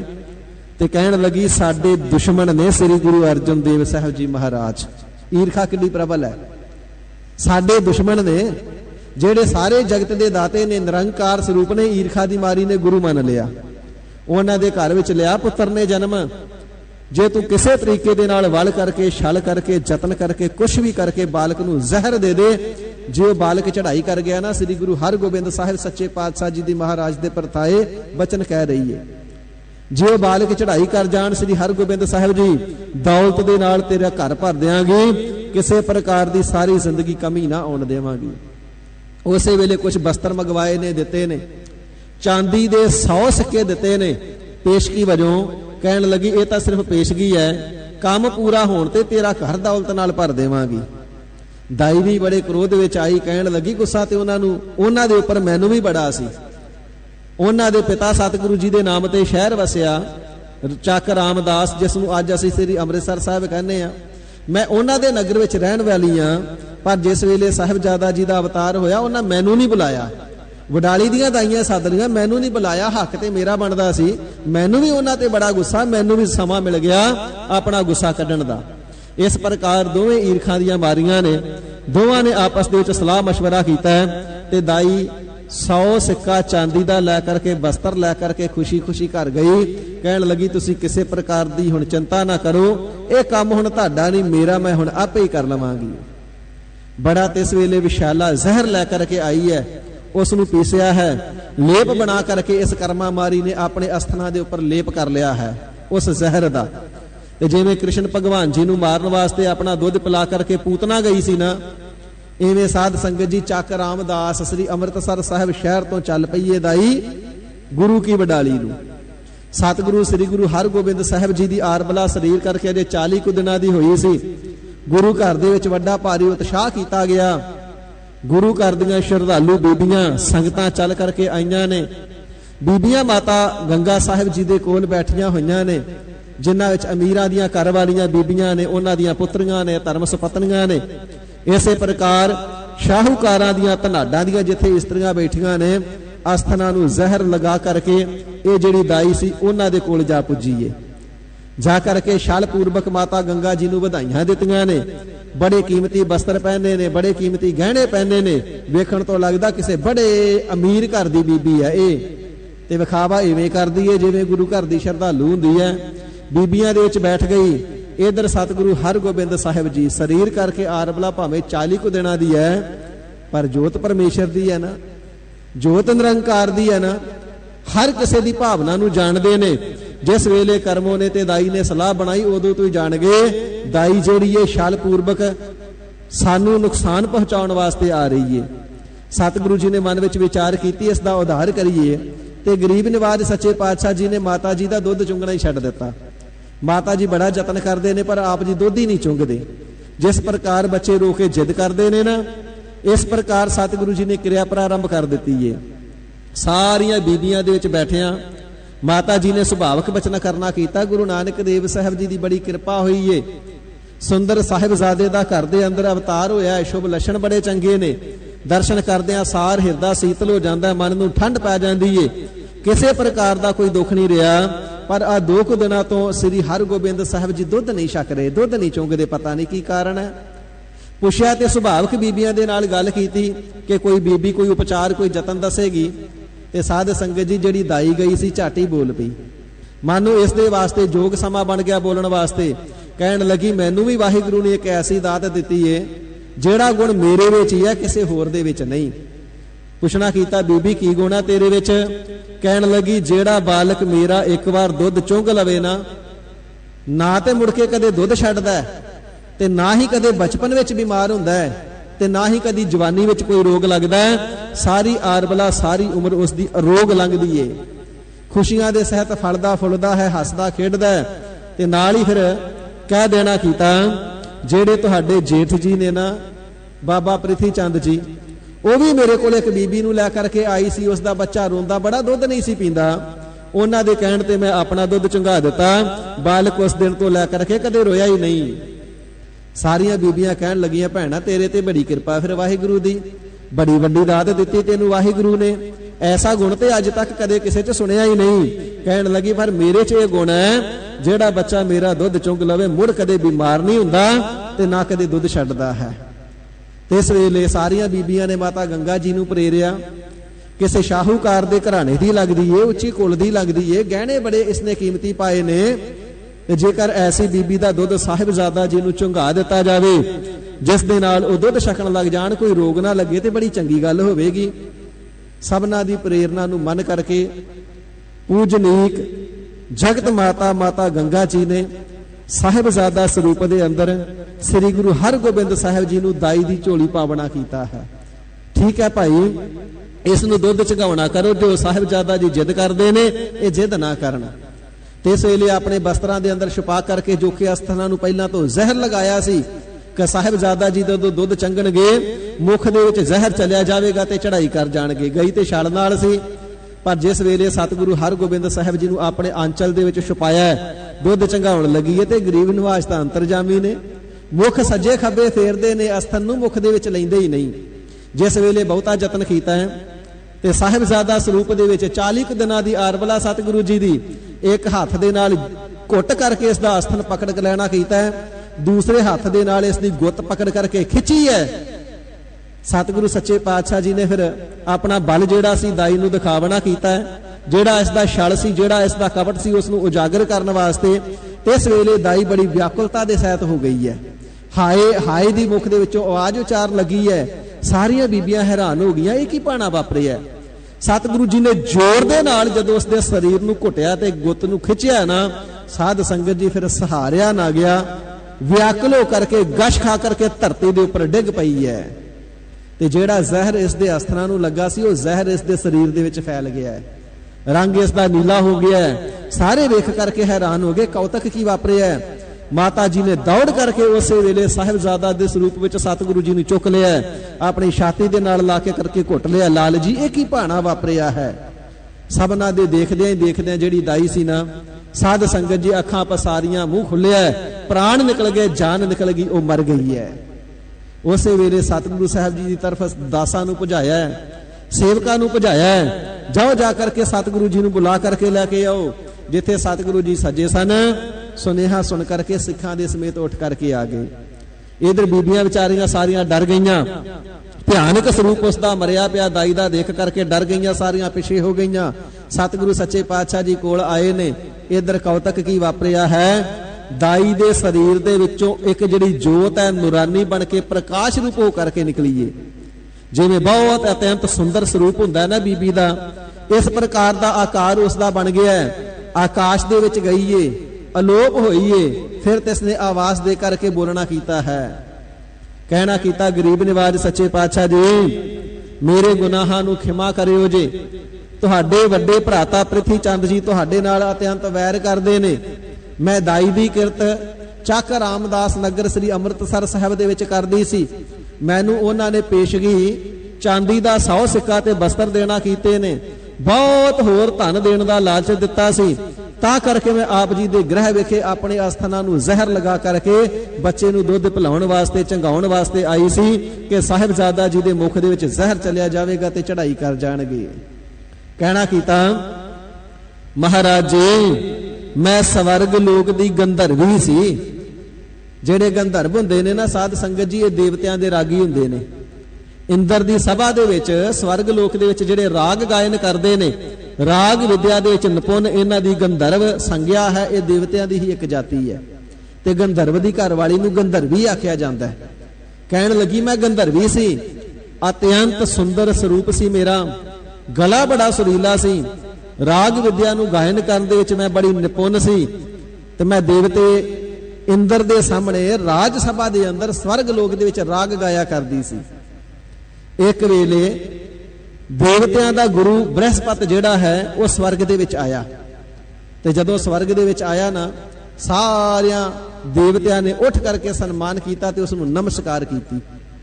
ਤੇ ਗੰਧਰਵੀ ਕਹਿਣ ਲੱਗੀ, ਮੈਨੂੰ ਆਪਣੇ ਸੋਹਣੇ ਸਰੂਪ ਦਾ ਬੜਾ ਮਾਣ ਸੀ, ਆਪਣੀ ਸੁੰਦਰਤਾ ਦਾ ਬੜਾ ਹੰਕਾਰ ਸੀ, ਆਪਣੀ ਰਾਗ ਵਿਦਿਆ ਦਾ ਬੜਾ ਹੰਕਾਰ ਸੀ ਕਿ ਜਿੰਨੀ ਵਿਦਿਆ ਮੈਨੂੰ ਆਉਂਦੀ ਕਿਸੇ ਨੂੰ ਆਉਂਦੀ ਹੋਈ ਨਹੀਂ। ਜਿੰਨਾ ਮੇਰਾ ਗਲਾ ਸੁਰੀਲਾ, ਐਸਾ ਗਲਾ ਕਿਸੇ ਦਾ ਹੈ ਹੀ ਨਹੀਂ। ਸੁਰੀਲੀ ਆਵਾਜ਼ ਦਾ, ਰਾਗ ਵਿਦਿਆ ਦਾ, ਸਰੂਪ ਦਾ ਹੰਕਾਰ ਹੋਣ ਦੇ ਕਾਰਨ ਕਹਿਣ ਲੱਗੀ, ਮੈਂ ਉੱਠ ਕੇ ਖੜੀ ਨਹੀਂ ਹੋਈ। ਮੈਂ ਦੇਵਤਿਆਂ ਦੇ ਗੁਰੂ ਦਾ ਸਨਮਾਨ ਹੀ ਨਹੀਂ ਕੀਤਾ। ਸਾਧ ਸੰਗਤ ਜੀ, ਹੰਕਾਰ ਐਸਾ ਹੀ ਆ, ਮੱਤ ਮਾਰ ਦਿੰਦਾ। ਕੌਡਾ ਰਾਖਸ਼ ਵੀ ਤੇ ਐਵੇਂ ਹੀ ਸੀ ਨਾ। ਬਹੁਤਾ ਵੱਡਾ ਭਾਰੀ ਵਿਦਵਾਨ ਬਣ ਗਿਆ, ਵਿਦਿਆ ਗੁਰੂ ਮਿਲਣ ਵਾਸਤੇ ਆਇਆ ਸੀ ਤੇ ਆਪਣੇ ਮੰਜੇ ਦੇ ਉੱਪਰ ਬੈਠਾ ਹੋਇਆ ਸੀ ਤੇ ਵਿਦਿਆ ਗੁਰੂ ਦੇ ਆਉਣ ਤੇ ਉੱਠ ਕੇ ਸਨਮਾਨ ਨਹੀਂ ਸੀ ਕੀਤਾ। ਤਾਂ ਫਿਰ ਵਿਦਿਆ ਗੁਰੂ ਨੇ ਸਰਾਪ ਦਿੱਤਾ ਸੀ, ਤੂੰ ਮੇਰਾ ਸਨਮਾਨ ਨਹੀਂ ਵੀ ਕੀਤਾ ਤੇ ਮੇਰਾ ਕੁਝ ਘਟਿਆ ਨਹੀਂ, ਪਰ ਜੇ ਤੈਨੂੰ ਸਜ਼ਾ ਨਾ ਦਿੱਤੀ ਤੇ ਲੋਕੀ ਵੀ ਤੇਰੀ ਫਿਰ ਰੀਸ ਕਰਨਗੇ। ਸੰਸਾਰ ਦੇ ਉੱਪਰ ਰੀਤੀ ਚੱਲ ਜਾਵੇਗੀ, ਵਿਦਿਆ ਗੁਰੂ ਦਾ ਕੋਈ ਸਨਮਾਨ ਹੀ ਨਹੀਂ ਕਰੇਗਾ। ਫਿਰ ਸਰਾਪ ਦਿੱਤਾ ਸੀ, ਜਾ ਜਾ ਕਰਕੇ ਦੈਂਤ ਬਣ, ਰਾਖਸ਼ ਬਣ। ਫਿਰ ਉਸ ਦੇ ਸਰਾਪ ਦੇ ਨਾਲ ਰਾਖਸ਼ ਬਣਿਆ ਸੀ। ਬੇਨਤੀ ਕਰਕੇ ਪੁੱਛਿਆ ਸੀ, ਮੇਰਾ ਉਧਾਰ ਕਦੋਂ ਹੋਊਗਾ? ਤੇ ਕਹਿਣਾ ਕੀਤਾ ਸੀ, ਇਸ ਦੇ ਵਿਦਿਆ ਗੁਰੂ ਨੇ ਨਿਰੰਕਾਰ ਜੀ ਗੁਰੂ ਨਾਨਕ ਦੇਵ ਰੂਪ ਹੋ ਕਰਕੇ ਆਉਣਗੇ, ਉਹਨਾਂ ਦੇ ਦਰਸ਼ਨ ਕਰਕੇ ਤੇਰਾ ਉਧਾਰ ਹੋਵੇਗਾ। ਤੇ ਸਤਿਗੁਰੂ ਨਾਨਕ ਦੇਵ ਸਾਹਿਬ ਜੀ ਨੇ ਉਧਾਰ ਕੀਤਾ ਸੀ। ਇਸ ਪ੍ਰਕਾਰ ਸਾਧ ਸੰਗਤ ਜੀ, ਵਿਦਿਆ ਦਾ ਹੰਕਾਰ, ਗੁਣਾ ਦਾ ਹੰਕਾਰ, ਵੱਡੀ ਭਾਰੀ ਪ੍ਰਬਲ ਮਾਇਆ ਜਦੋਂ ਵਰਤ ਜਾਂਦੀ ਹੈ ਨਾ, ਤੇ ਵੱਡੇ ਵੱਡੇ ਜਿਹੜੇ ਵਿਦਵਾਨ ਨੇ ਫਿਰ ਮਤ ਨਹੀਂ ਸਥਿਰ ਰਹਿੰਦੀ। ਕਹਿਣ ਲੱਗੀ, ਮੈਨੂੰ ਸਰੂਪ ਦਾ, ਗੁਣਾ ਦਾ, ਵਿਦਿਆ ਦਾ, ਸੁਰੀਲੀ ਆਵਾਜ਼ ਦਾ ਹੰਕਾਰ ਬੜਾ ਸੀ। मैं उठ करके देवतियां दे गुरु का भी सन्मान ना किया। फिर उन्होंने मैनू श्राप देना किया, हे गंधर्वी तेनू बड़ा हंकार है, हंकार दे नाल मारी हुई है, जा करके धरती दे उपर जन्म लै, शूद्रां वाली नीच किरत नू करके अपना गुजारा करेंगी। ते कहण लगी जिस वेले श्राप दे दिता मैनू बड़ा पछतावा होया। फिर तिन्हां दे पैरीं पै करके पुछया, महाराज श्राप ते तुहाडा पूरा हो ही जाना, मेरे उधार दा मार्ग भी खोल दिओ, दसो मेरा भला क्यों किवें होएगा। ते फिर उन्होंने बचन करना कीता सी गुरु बृहस्पति ने कि निरंकार जी जिस वेले छेवां स्वरूप धारण करनगे ना, श्री हरगोबिंद साहब जी का अवतार धारण करनगे, फिर उन्हां दे हथों तेरा उद्धार होवेगा, फिर स्वर्ग लोक दे विच गंधर्वी बन के आ जावेगी। फिर बेनती करना कीती है सच्चे पातशाह सतगुरु हरगोबिंद साहिब जी ने कृपालता करके मेरा इस जून दे विचों उद्धार कीता है, हुण मैं गंधर्वी दा तन फिर तो प्राप्त करके स्वर्ग लोक नूं जा रही है। इस प्रकार सतगुरु हरगोबिंद साहिब सच्चे पातशाह जी ने गंधर्वी दा उद्धार करना कीता सी। प्रिथी चंद दा जिहड़ा छल सी सारियां दे अंदर प्रगट होया सी ते गरीब निवाज साहिब जी ने सिखां नूं वड्डी भारी कड़ा प्रसादी दे करके खुले गफे वरता करके अकाल पुरख वाहिगुरू जी दा शुकराना करना कीता सी। नाल सिक्ख्या देना कीती, सिखो समा कोई ऐसा बन आवे, भीड़ ऐसा बन आवे, कोई दुख दा समा बन आवे विपता दा, ते सतगुरु जी दे चरणों दा ध्यान धर के कड़ा प्रसादी देग करवानी चाहिदी है, संकट टल जांदे ने। ते जदों दुख टल जावे, संकट टल जावे, तां भी कड़ा प्रसादी देग करके शुकराना करना चाहिदा है। इवें सतगुरु जी ने शुकराने वजों कड़ा प्रसादी देग खुली वरता करके शुभ सिक्ख्या देना कीती सी। सतगुरु अर्जुन देव सच्चे पातशाह जी महाराज फरमाउंदे ने, भाई इस प्रकार जेड़े त्रिगुण माया दे अधीन ने ना, सो सतगुरु सच्चे पातशाह जी फरमावना करते ने, तिन्ना गुणा दे जेड़े धारनी जीव ने बार बार जमदे ने, बार बार मरदे ने, नरकां दे विच जांदे ने, स्वर्गां दे विच जांदे ने, ते जन्म लै करके फिर उथों उतर आउंदे ने टेढ़ियां मेढ़ियां जूनां दे विच दुखां नूं भोगण वास्ते। इस प्रकार जेड़ा तीन ताप संसार नूं लगे हुए ने ना, आवत जावत नरक, सो आउंदे ने, जमदे ने, नरकां दे विच पैंदे ने, फिर अवतार उतर पैंदे ने धरती ते। कदे कां बन गए, कदे कुत्ते बन गए, कदे कोड़ किरलियां बन गए, कदे ठूए बिशू बन गए, कदे सप इत्यादिक ढिड भर रिड़न वालियां जूनियां बन गए। इस प्रकार जम्मण मरण तिन्हां दा सदा बनिया रहिंदा है, नहीं मुकदा है जम्मण मरण तिन्हां दा।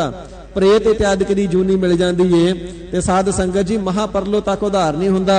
वाहिगुरू जी दी कदे नदर हो जावे ते इस दी कुल दे अंदर कोई गुरमुख ब्रह्म ज्ञानी पैदा हो जावे तां उधार हुंदा है, नहीं ते परलो काल तक ही उधार नहीं हुंदा। ऐसे ने तीन गुण माया दे, इन्हां दे विच उलझ करके संसार बहुता ही दुखी हो रहा है। आदि व्याधि उपाधि तापां दे विच ही बज्झा पिया है। हर हर भजन ना मन मह आयो। गरीब निवाज तिन्ना गुणा तो संसार छुटदा क्यों नहीं? हजूर फरमाउंदे ने, हर हर जो हरि अकाल पुरख वाहिगुरू परमात्मा ना सारियां नूं हरियां भरियां करने वाला है, सारियां दे पापां नूं हर लैण वाला, नाश कर देण वाला है, सारियां दे दुखां नूं हरन वाला है। भजन ना मन मह आयो, उस दा भजन जीवां दे मन दे विच आ करके वसिया ही नहीं है। उस दे भजन करने दा कदे ख्याल भी मन दे विच नहीं ला करके आवना कीता है। हर वेले मेरी मेरी करते जन्म गयो, मेरी माया मेरी दौलत, मेरा परिवार, मेरी संपत्ति, मेरियां जमीनां, मेरे मुरब्बे, मेरियां गड्डियां, मेरी ट्रांसपोर्ट इत्यादिक मेरी मेरी करदियां सारा जन्म बतीत कर दिंदा है। ते वाहिगुरू जी दी बंदगी करने दा ख्याल कदे मन विच ही नहीं आउंदा। छडाउणा सी सारे पापां तो विकारां तो वाहिगुरू जी दी बंदगी ने, पर बंदगी ना करने दे नाल ਇਹ ਜਿਹੜਾ ਜੀਵ ਹੈ ਸਦਾ ਹੀ ਦੁੱਖਾਂ ਦੇ ਅੰਦਰ ਵੱਜਾ ਰਹਿੰਦਾ ਹੈ। ਸੁਖ ਸਾਗਰ ਪ੍ਰਭ ਨਿਮਖ ਨਾ ਗਾਇਓ। ਜੋ ਪਰਮਾਤਮਾ ਜੀ ਸੁੱਖਾਂ ਦੇ ਸਾਗਰ ਨੇ, ਸ਼ੁੱਧ ਭੂਮਾ ਸਰੂਪ ਪ੍ਰਭੂ ਕਹੀਏ, ਜਿਵੇਂ ਸਾਗਰਾਂ ਦੇ ਅੰਦਰ ਪਾਣੀ ਹੀ ਪਾਣੀ ਹੈ, 7 ਸਮੁੰਦਰ ਪਾਣੀ ਦੇ ਨਾਲ ਭਰੇ ਪਏ ਨੇ, ਇਸੇ ਪ੍ਰਕਾਰ ਹਜ਼ੂਰ ਫਰਮਾਉਂਦੇ ਨੇ ਵਾਹਿਗੁਰੂ ਜੀ ਦੇ ਅੰਦਰ ਸੁਖ ਹੀ ਸੁਖ ਨੇ। ਸਾਰਿਆਂ ਸੁੱਖਾਂ ਦਾ ਦਾਤਾ ਹੈ ਵਾਹਿਗੁਰੂ, ਸਭ ਸੁਖ ਦਾਤਾ ਰਾਮ ਹੈ, दूसरा ना हिन कोई। दूसरा तो कोई सुखा नूं देण वाला है ही नहीं, पर जिहड़ा जीव है एक वाहिगुरू नूं छड्ड के ते दूसरी माया दे अंदर ही उलझिया रहिंदा है, दूसरी माया दे तिन्ना गुणां दे विच ही उलझिया रहिंदा है। एक वाहिगुरू जी दे नाल प्यार ना करके दूजे संसार दे अंदर ही अपने मन नूं लगा करके रखदा है। ਮਨ ਦੇ ਮੋਹ ਨੂੰ, ਸੰਸਾਰ ਨੂੰ ਸੁਖ ਸਰੂਪ ਜਾਣ ਕਰਕੇ ਤਿਸ ਦੇ ਵਿੱਚ ਲਾ ਕਰਕੇ ਰੱਖਦਾ ਹੈ। ਇਸ ਕਰਕੇ ਸੁੱਖਾਂ ਦਾ ਸਾਗਰ ਜੋ ਪ੍ਰਭੂ ਨਿਰੰਕਾਰ ਵਾਹਿਗੁਰੂ ਹੈ ਨਾ, ਤੇ ਇਸ ਦੇ ਗੁਣਾਂ ਨੂੰ ਨਿਮਖ ਨਾ ਗਾਇਓ। ਨਿਮਖ ਮਾਤਰ ਸਮਾਂ ਵੀ ਨਹੀਂ ਗਾਉਂਦਾ ਹੈ, ਅਲਪ ਕਾਲ ਵੀ ਨਹੀਂ ਗਾਉਂਦਾ ਹੈ, ਕੁਝ ਮਿੰਟ, ਕੁਝ ਪਲ, ਕੁਝ ਘੜੀਆਂ ਵੀ ਤਿਸ ਦੇ ਨਾਮ ਦੇ ਅੰਦਰ ਬਤੀਤ ਨਹੀਂ ਕਰਦਾ। ਥੋੜਾ ਜਿਹਾ ਸਮਾਂ ਵੀ ਵਾਹਿਗੁਰੂ ਜੀ ਦੀ ਬੰਦਗੀ ਵਾਸਤੇ ਕੱਢਦਾ ਹੀ ਨਹੀਂ। ਐਸਾ ਪਰਮਾਦੀ ਜੀਵ ਹੋ ਰਿਹਾ ਹੈ, ਐਸਾ ਇਸ ਦਾ ਸੁਭਾਵ ਹੋ ਰਿਹਾ ਹੈ। ਸੋ ਸਤਿਗੁਰੂ ਜੀ ਫਰਮਾਨ ਕਰਨਾ ਕਰਦੇ ਨੇ, ਭਾਈ ਇਸ ਕਰਕੇ ਜੀਵ ਦੁੱਖਾਂ ਨੂੰ ਭੋਗਣਾ ਕਰਦਾ ਹੈ। ਹਰਖ ਸੋਗ ਕਾ ਦੇਹ ਕਰ ਬਾਧਿਓ। ਸਦਾ ਹੀ ਹਰਖ ਅਤੇ ਸੋਗ ਦੇ ਵਿੱਚ ਆਪਣੀ ਦੇਹੀ ਨੂੰ ਬੰਨ ਕਰਕੇ ਰੱਖ ਛੱਡਦਾ ਹੈ। ਤ੍ਰਿਗੁਣ ਅਤੀਤ ਕਦੇ ਹੋਇਆ ਹੀ ਨਹੀਂ। ਰਾਗ ਦਵੈਸ਼ ਨੂੰ ਧਾਰਨ ਕਰਕੇ ਰੱਖਦਾ ਹੈ। ਰਾਗ ਦਵੈਸ਼ ਨੂੰ ਧਾਰਨ ਕਰਨੇ ਕਰਕੇ ਜੇ ਕੋਈ ਪਦਾਰਥ ਪ੍ਰਾਪਤ ਹੋ ਜਾਵੇ ਫਿਰ ਬੜਾ ਹਰਖ ਖੁਸ਼ ਹੁੰਦਾ ਹੈ, ਬੜਾ ਪ੍ਰਸੰਨ ਹੁੰਦਾ ਹੈ। ਮੈਂ ਕਮਾਈ ਕੀਤੀ ਹੈ, ਮੈਂ ਖੱਟੀ ਕੀਤੀ ਹੈ, ਮੈਂ ਲਾਭ ਪ੍ਰਾਪਤ ਕਰ ਲਿਆ, ਮੈਂ ਤਰੱਕੀਆਂ ਕੀਤੀਆਂ ਨੇ, ਮੈਂ ਆਪਣਾ ਅਡੰਬਰ ਹੋਰ ਵੱਡਾ ਕਰ ਲਿਆ। ਇਸ ਪ੍ਰਕਾਰ ਬੜਾ ਖੁਸ਼ੀ ਹੁੰਦਾ ਹੈ। ਪਰ ਇਸੇ ਪ੍ਰਕਾਰ ਜਿਸ ਵੇਲੇ ਪਦਾਰਥਾਂ ਦਾ ਅਭਾਵ ਹੋ ਜਾਵੇ ਜਾਂ ਤੰਦਰੁਸਤੀ ਚਲੀ ਜਾਵੇ, ਸੱਟ ਪਿੱਟ ਲੱਗ ਜਾਵੇ, ਸਰੀਰ ਤੇ ਰੋਗ ਆ ਜਾਵੇ, ਕੋਈ ਸੰਬੰਧੀ ਚੜ੍ਹਾਈ ਕਰ ਜਾਵੇ, ਫਿਰ ਸੋਗ, ਫਿਰ ਬਹੁਤਾ ਹੀ ਸੋਗ ਮਨਾਉਂਦਾ ਹੈ, ਫਿਰ ਬਹੁਤਾ ਹੀ ਦੁਖੀ ਹੁੰਦਾ ਹੈ। ਨਹੀਂ ਜਾਣਦਾ ਕਿ ਪ੍ਰਮਾਤਮਾ ਜੀ ਨੇ ਭੇਜਿਆ ਸੀ, ਉਸਨੇ ਬੁਲਾ ਲਿਆ, ਜਿਸ ਦੀ ਖੇਤੀ ਸੀ ਉਸਨੇ ਵੱਢ ਲਈ, ਦੁੱਖ ਕਾਹਦਾ। ਸਤਿਗੁਰੂ ਜੀ ਨੇ ਤੇ ਸਿਧਾਂਤ ਪਾਈ ਇਹੋ ਜਣਾਇਆ, ਜਿਤਨਾ ਸੰਸਾਰ ਹੈ ਸਾਰੀ ਪ੍ਰਮਾਤਮਾ ਜੀ ਦੀ ਵਾੜੀ, ਖੇਤੀਬਾੜੀ ਹੈ ਉਸਦੀ। ਜਿਵੇਂ ਕਿਸਾਨ ਆਪਣੇ ਖੇਤ ਦੇ ਅੰਦਰ ਆਪੇ ਬੀਜ ਪਾਉਂਦਾ ਹੈ, ਫਸਲ ਨੂੰ ਉਗਾਉਂਦਾ ਹੈ, ਪਾਲਦਾ ਹੈ, ਪੋਸਦਾ ਹੈ, ਜਦੋਂ ਪੱਕ ਜਾਂਦੀ ਫਿਰ ਆਪੇ ਹੀ ਵੱਢ ਲੈਂਦਾ ਹੈ। ਐਵੇਂ ਪ੍ਰਮਾਤਮਾ ਜੀ ਦੀ ਸੰਸਾਰ ਰੂਪੀ ਵਾੜੀ ਹੈ, ਇਹ ਸਾਰੇ ਜੀਵ ਉਸ ਦੀ ਖੇਤੀਬਾੜੀ ਨੇ। ਆਪ ਹੀ ਵਾਹਿਗੁਰੂ ਜੀ ਪੈਦਾ ਕਰਦੇ ਨੇ, ਆਪ ਹੀ ਪਾਲਦੇ ਨੇ, ਤੇ ਜਿਸ ਵੇਲੇ ਪਰਾਰਬਧ ਸਰੀਰ ਦੀ ਸਮਾਪਤ ਹੁੰਦੀ ਹੈ ਫਿਰ ਆਪ ਹੀ ਜਿੰਦ ਨੂੰ ਸਰੀਰ ਚੋਂ ਕੱਢ ਲੈਂਦੇ ਨੇ। ਇਹ ਸਾਰੀ ਖੇਡ, ਸਾਰਾ ਤਮਾਸ਼ਾ ਵਾਹਿਗੁਰੂ ਜੀ ਦਾ ਹੀ ਹੈ। ਸੋ ਵਾਹਿਗੁਰੂ ਜੀ ਦਾ ਸੰਸਾਰ, ਜਗਤ, ਸਰੀਰ ਇਤਿਆਦਿਕ ਨਹੀਂ ਜਾਣਦਾ। ਹਰਖ ਸੋਗ ਦੇ ਵਿੱਚ ਲੱਗਾ ਹੋਇਆ, ਦੇਹ ਕਰ ਬਾਧਿਓ, ਆਪਣੀ ਦੇਹੀ ਨੂੰ ਦੁੱਖਾਂ ਸੁੱਖਾਂ ਵਿੱਚ ਬੰਨ ਛੱਡਿਆ ਹੈ ਇਸਨੇ। ਦੇਹ ਕਰ ਬਾਧਿਓ, ਦੇਹ ਦਾ ਕਰ ਬਹੁਤਾ ਕਰਦਾ ਹੈ ਮੋਹ। ਦੇਹ ਨੂੰ ਹੀ ਆਪਣੀ ਨੂੰ ਸੱਚ ਕਰਕੇ ਮੰਨ ਲਿਆ, ਗੁਰ ਚਰਨਾਂ ਦੇ ਨਾਲ ਪਿਆਰ ਤੇ ਨਹੀਂ ਕਰਦਾ, ਦੇਹ ਨੂੰ ਬਹੁਤਾ ਮੋਹ ਕਰਦਾ। ਇਸ ਪ੍ਰਕਾਰ ਮੋਹ ਦੇ ਵਿੱਚ ਹੀ ਬਾਧਿਓ, ਇਸ ਦਾ ਜਿਹੜਾ ਮਨ ਹੈ ਬੱਝਾ ਪਿਆ ਹੈ। ਪਦਾਰਥਾਂ ਵਿੱਚ ਮੋਹ ਕਰਨੇ ਕਰਕੇ ਬਹੁਤਾ ਹਿਰਦਾ ਇਸ ਦਾ ਬੰਧਨਾਂ ਦੇ ਸਹਿਤ ਹੈ। ਦੀਰਘ ਰੋਗ ਮਾਇਆ ਆਸਾਧਿਓ। ਦੀਰਘ ਦਾ ਅਰਥ ਹੈ ਵੱਡਾ, ਵੱਡਾ ਭਾਰੀ ਰੋਗ ਹੈ ਮਾਇਆ ਦਾ ਅਸਾਧਿਓ, ਜਿਹੜਾ ਅਸਾਧ ਰੋਗ ਹੈ, ਕਿਸੇ ਚੀਜ਼ ਦੇ ਨਾਲ ਹਟਦਾ ਹੀ ਨਹੀਂ। ਸਾਧ ਸੰਗਤ ਜੀ, ਸਰੀਰ ਤੇ ਕੋਈ ਰੋਗ ਆ ਜਾਵੇ ਨਾ ਤੇ ਵੈਦ, ਡਾਕਟਰ ਇਤਿਆਦਿਕ ਇਲਾਜ ਕਰਦੇ ਨੇ ਤੇ ਰੋਗ ਹਟ ਜਾਂਦਾ ਹੈ। ਜਿਹੜਾ ਰੋਗ ਹਟੇ ਹੀ ਨਾ, ਕਹਿ ਦਿੰਦੇ ਅਸਾਧ ਰੋਗ ਹੈ, ਇਹਦਾ ਕੋਈ ਇਲਾਜ ਨਹੀਂ। ਲਾ ਇਲਾਜ ਬਿਮਾਰੀ ਨੂੰ ਅਸਾਧ ਰੋਗ ਆਖਿਆ ਜਾਂਦਾ ਹੈ। ਸਤਿਗੁਰੂ ਸੱਚੇ ਪਾਤਸ਼ਾਹ ਜੀ ਮਹਾਰਾਜ ਫਰਮਾਨ ਕਰਨਾ ਕਰਦੇ ਨੇ, ਐਸਾ ਜਿਹੜਾ ਮਾਇਆ ਦਾ ਰੋਗ ਮਨ ਨੂੰ ਲੱਗਾ ਨਾ, ਹਾਂ ਮੈਨੂੰ ਵੀ ਸਤਿਗੁਰੂ ਜੀ ਨੇ ਵੱਡਾ ਦੀਰਘ ਰੋਗ ਆਖਿਆ ਤੇ ਮਾਇਆ ਨੂੰ ਵੀ ਜਿਹੜਾ ਹੈ ਅਸਾਧ ਰੋਗ ਆਖਿਆ। ਨਾ ਤੇ ਹਉਮੈ ਜੀਵ ਦਾ ਪਿੱਛਾ ਛੱਡਦੀ ਏ ਤੇ ਨਾ ਮਾਇਆ ਛੱਡਦੀ ਏ। ਕਿਤੇ ਜੜ ਮਾਇਆ ਹੋ ਕਰਕੇ, ਕਿਤੇ ਚੇਤਨ ਹੋ ਕਰਕੇ ਕਿਸੇ ਨਾ ਕਿਸੇ ਰੂਪ ਵਿੱਚ ਆਈ ਖਲੋਂਦੀ ਹੈ। ਭਗਤ ਕਬੀਰ ਸਾਹਿਬ ਜੀ ਨੇ ਬਚਨ ਕਰਨਾ ਕੀਤਾ ਨਾ, ਕਬੀਰ ਆਈ ਮੁਝਹਿ ਪਹਿ ਅਨਕ ਕਰਹਿ ਕਰ ਭੇਸ, ਹਮ ਰਾਖੇ ਗੁਰ ਆਪਨੇ ਉਨ ਕੀਨੋ ਆਦੇਸ। ਇਹ ਜਿਹੜੀ ਮਾਇਆ ਹੈ ਨਾ, ਸਾਡੇ ਕੋਲ ਬੜੇ ਰੂਪ ਧਾਰ ਕੇ ਆਉਂਦੀ ਏ। ਕਦੇ ਇਸਤਰੀ ਦਾ ਮੋਹ ਰੂਪ ਹੋ ਕਰਕੇ ਆਉਂਦੀ ਏ, ਕਦੇ ਪੁੱਤਰ ਪੁੱਤਰੀ ਦਾ ਮੋਹ ਰੂਪ ਹੋ ਕਰਕੇ ਆਉਂਦੀ ਏ, ਕਦੇ ਛੜਨ ਵਾਸਤੇ ਸੁੰਦਰ ਸਰੂਪ ਨੂੰ ਧਾਰਨ ਕਰਕੇ ਇਸਤਰੀ ਰੂਪ ਦੇ ਵਿੱਚ ਖੁਦ ਆਪ ਪ੍ਰਗਟ ਹੁੰਦੀ ਏ। ਹਾਰ ਸ਼ਿੰਗਾਰ ਦੇ ਸਮੇਤ ਹਾਵ ਭਾਵ ਕਰਕੇ ਮਨ ਨੂੰ ਡਲਾਉਣ ਦਾ ਯਤਨ ਕਰਦੀ ਏ। ਬਚਨ ਕਰਨਾ ਕੀਤਾ, ਖਹਿੜਾ ਨਹੀਂ ਛੱਡਦੀ, ਬੜੇ ਰੂਪ ਧਾਰਨ ਕਰ ਕਰਕੇ ਆਉਂਦੀ ਏ। ਮਹਾਰਾਜ ਫਿਰ ਇਸ ਮਾਇਆ ਦਾ ਆਪ ਨੇ ਉਧਾਰ ਕੀਤਾ ਜਾਂ ਛੁਟਕਾਰਾ ਕਿਵੇਂ ਪਾਇਆ ਇਸ ਤੋਂ, ਤਾਂ ਆਪ ਜੀ ਫਰਮਾਵਣਾ ਕਰਦੇ ਨੇ, ਸਾਨੂੰ ਸਾਡੇ ਪੂਰੇ ਸਤਿਗੁਰੂ ਜੀ ਨੇ ਮਾਇਆ ਦੇ ਪ੍ਰਭਾਵ ਤੋਂ ਰੱਖ ਲਿਆ। ਤਾਂ ਆਖਰਕਾਰ ਉਨ ਕੀਨੋ ਆਦੇਸ਼, ਉਸ ਮਾਇਆ ਨੇ ਵੀ ਨਮਸਕਾਰ ਕਰ ਦਿੱਤੀ। ਹਰ ਰੋਜ਼ ਭਗਤ ਕਬੀਰ ਜੀ ਦੇ ਦਰ ਤੇ ਇਸਤਰੀ ਰੂਪ ਹੋ ਕਰਕੇ ਮੱਥਾ ਟੇਕਦੀ ਹੋਇਆ ਕਰਦੀ ਸੀ ਮਾਇਆ। ਇਸ ਪ੍ਰਕਾਰ ਇਹ ਤਾਂ ਸਤਿਗੁਰੂ ਜੀ ਫਰਮਾਨ ਕਰਨਾ ਕਰਦੇ ਨੇ, ਭਾਈ ਰੱਬ ਦੇ ਪਿਆਰੇ ਹੀ ਬਚਦੇ ਨੇ, ਨਹੀਂ ਤਾਂ ਜਿਤਨਾ ਜਗਤ ਸੰਸਾਰ ਨਜ਼ਰ ਆਉਂਦਾ ਨਾ, ਲੰਬੀ ਬਿਮਾਰੀ ਲੱਗੀ ਹੋਈ ਹੈ। ਮਹਾਰਾਜ ਕਦੋਂ ਦੀ? ਹਜ਼ੂਰ ਕਹਿੰਦੇ ਜਦੋਂ ਤੋਂ ਸੰਸਾਰ ਪੈਦਾ ਹੋਇਆ ਹੈ, ਜਦੋਂ ਤੋਂ ਸੰਸਾਰ ਹੋਂਦ ਦੇ ਵਿੱਚ ਆਇਆ ਹੈ, ਉਦੋਂ ਤੋਂ ਜੀਵਾਂ ਨੂੰ ਇਹ ਮਾਇਆ ਦੀ ਬਿਮਾਰੀ ਵਿਆਪੀ ਹੋਈ ਹੈ। ਮਾਇਆ ਦਾ ਅਸਾਧ ਰੋਗ ਲੱਗਾ ਹੋਇਆ ਹੈ। ਜਿਵੇਂ ਅਸਾਧ ਰੋਗ ਜਿਸ ਸਰੀਰ ਨੂੰ ਲੱਗ ਜਾਵੇ, ਦਿਨ ਲੰਘ ਗਿਆ, ਰਾਤ ਆ ਗਈ ਤਾਂ ਵੀ ਰੋਗ ਸਰੀਰ ਤੇ ਹੀ ਹੈ, ਫਿਰ ਦਿਨ ਚੜ ਗਿਆ, ਰੋਗ ਤਾਂ ਵੀ ਸਰੀਰ ਤੇ ਹੈ, फिर अगली रात आ गई, रोग तां भी शरीर ते है। अगला दिन चढ़ गया तां भी रोग शरीर ते ही है। किन्नियां रातां, किन्ने दिन, किन्नियां थितां, किन्ने हफ्ते, किन्ने महीने लग जाते ने, पर शरीर तो रोग जाता ही नहीं। जिस नूं छोटे छोटे रोग शूगर वर्गी कह ले जाते ने एक बार आ जाण तां नहीं खैड़ा छड्डदे। कोड़ वर्गे रोग, कैंसर वर्गे रोग, आ कोरोना वर्गे किहदा खैड़ा छड्डदे ने जे किते आ जावे सचमुच दे विच। तां सतगुरु जी फरमान करना करते हैं, जिवें ये दुनिया के उपर शरीरां नूं लगन वाले असाध रोग ने ना, इवें मन का असाध रोग है माया। जीव मेरी मेरी करता मर जाता पर नाल भी नहीं जाती। जिस दे वास्ते बहुते अडंबर करता है, बहुते पाप करता है, पापां बज होवै ना ही मोया साथ ना जाई। पाप कर्म कीते तो बिना एकत्र नहीं कीती जाती, ते रावण वर्गियां बलियां योद्धियां दे भी अंत समय नाल नहीं जाती। रामचंद्र जी दे नाल वड्डा भारी भयानक जंग होया ना, ते रामचंद्र जी दे हथों मारे गए। जिस वेले रावण की मौत हो गई है, इस दी जिहड़ी घर वाली मंदोदरी है रामचंद्र जी दे कोल चल करके आई ते कहण लगी, भगवान जी मैं सुनिया जिहड़ा भी तुहाडे दर ते आ जांदा कदे खाली हथ नहीं मुड़दा, आप सबना दी मंग पूरी करदे हो। पुछना कीता, है देवी दस तू किवें आई, की मंगा तेरी? कहण लगी, कोई वड्डी मंग नहीं, बस 4 रत्तियां सोना चाहिदा है। क्योंकि ब्राह्मण मत का यह विधान है कि जिस वेले ब्राह्मण मरे उसके मुख दे विच 4 रत्तियां भाव के 4 ग्राम सोना पा के फिर उसका अंतिम संस्कार करना चाहिए। महाराज ये ब्राह्मण जाति चों है, ब्राह्मण का पुत्र है, इस करके इसके मुख दे विच 4 रत्तियां सोना पा के संस्कारना चाहुंदी है। तुसां हुण लंका जित ली है, लंका हुण तुहाडी है, ये लंका का किला सब कुछ सोना खजाने तुहाडे ही ने, 4 रत्तियां सोना दे दिओ। ते रामचंद्र जी कहण लगे, देवी जिहड़ी लंका सी ते मैं भभीखण नूं दे दित्ती, हुण ते मेरी भी नहीं। इस करके जितना सोना चाहिए 4 रत्तियां जां ज़्यादा भभीखण दे कोलों ही मंग के लै ला, मैं ते दे नहीं सकदा क्योंकि मैं ते पहला ही दे चुका भभीखण नूं, हुण मेरी नहीं। रामचंद्र जी ने सोना दिता ना, ते भभीखण नूं फिर शरीक जान करके मंगिया ना कि इस शरीक ने ते मेरे घर वाले नूं मरवाया, इसे ने ते मौत का राज दसिया सी कि नाभि दे विच अमृत है, अग्नि बाण मारेगा, नाभि चों अमृत सुक जाएगा तां रावण मरेगा। ते जिसने मेरे रावण नूं घर वाले नूं मरवा दिता, ऐसे विरोधी बैरी शरीक दे कोलों जाके क्यों सोना मंगा? नहीं सोना मंगिया सी ते जिहड़ी उन्हां दे धर्म दी मर्यादा सी 4 रत्तियां मूँह विच सोना पा के संस्कारना वो भी पूरी ना कर सकी, बिना 4 रत्तियां सोने तो ही साड़ना पिया। इस प्रकार पातशाह जी फरमान करना करते ने, दरगाह दे विच ते की जाना है, शरीर चों प्राण निकलदे आ रावण वर्गियां दा भी साथ छड्ड दिता इस माया ने, ये नहीं किसी दी मित्र बनदी।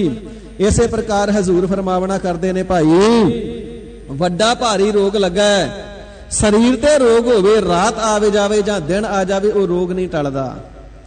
ते जिन्हां दे मन नूं अंतश करन दे अंदर हिरदे दा वड्डा भारी रोग लग गया ना, उमरा रूपी रात लै करके आउंदे ने, टेढ़ी मेढ़ी जून दे विच काल रूपी फिर दिन चढ़ जांदा है, फिर उमरा रूपी रात लै करके अगली जन्म विच आउंदे ने, फिर काल रूपी दिन चढ़ जांदा है। जमदे ने मरदे ने, जमदे ने मरदे ने, जमन मरण मिटिया रहिंदा है, पर जिवें रात दिन बतीत होण ते असाध बीमारी शरीर तो नहीं जाती, असाध माया का रोग जिहड़ा है अंतश करन चों नहीं जाता।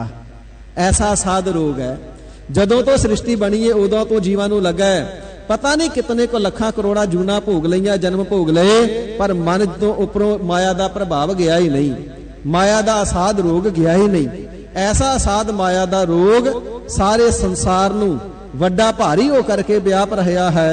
महामारी ऐसी है जिहड़ी सारिआं नूं ही बीमारी माया दी लग गई हुई है। मोह रूप दिन है विकार करत श्रम पायो।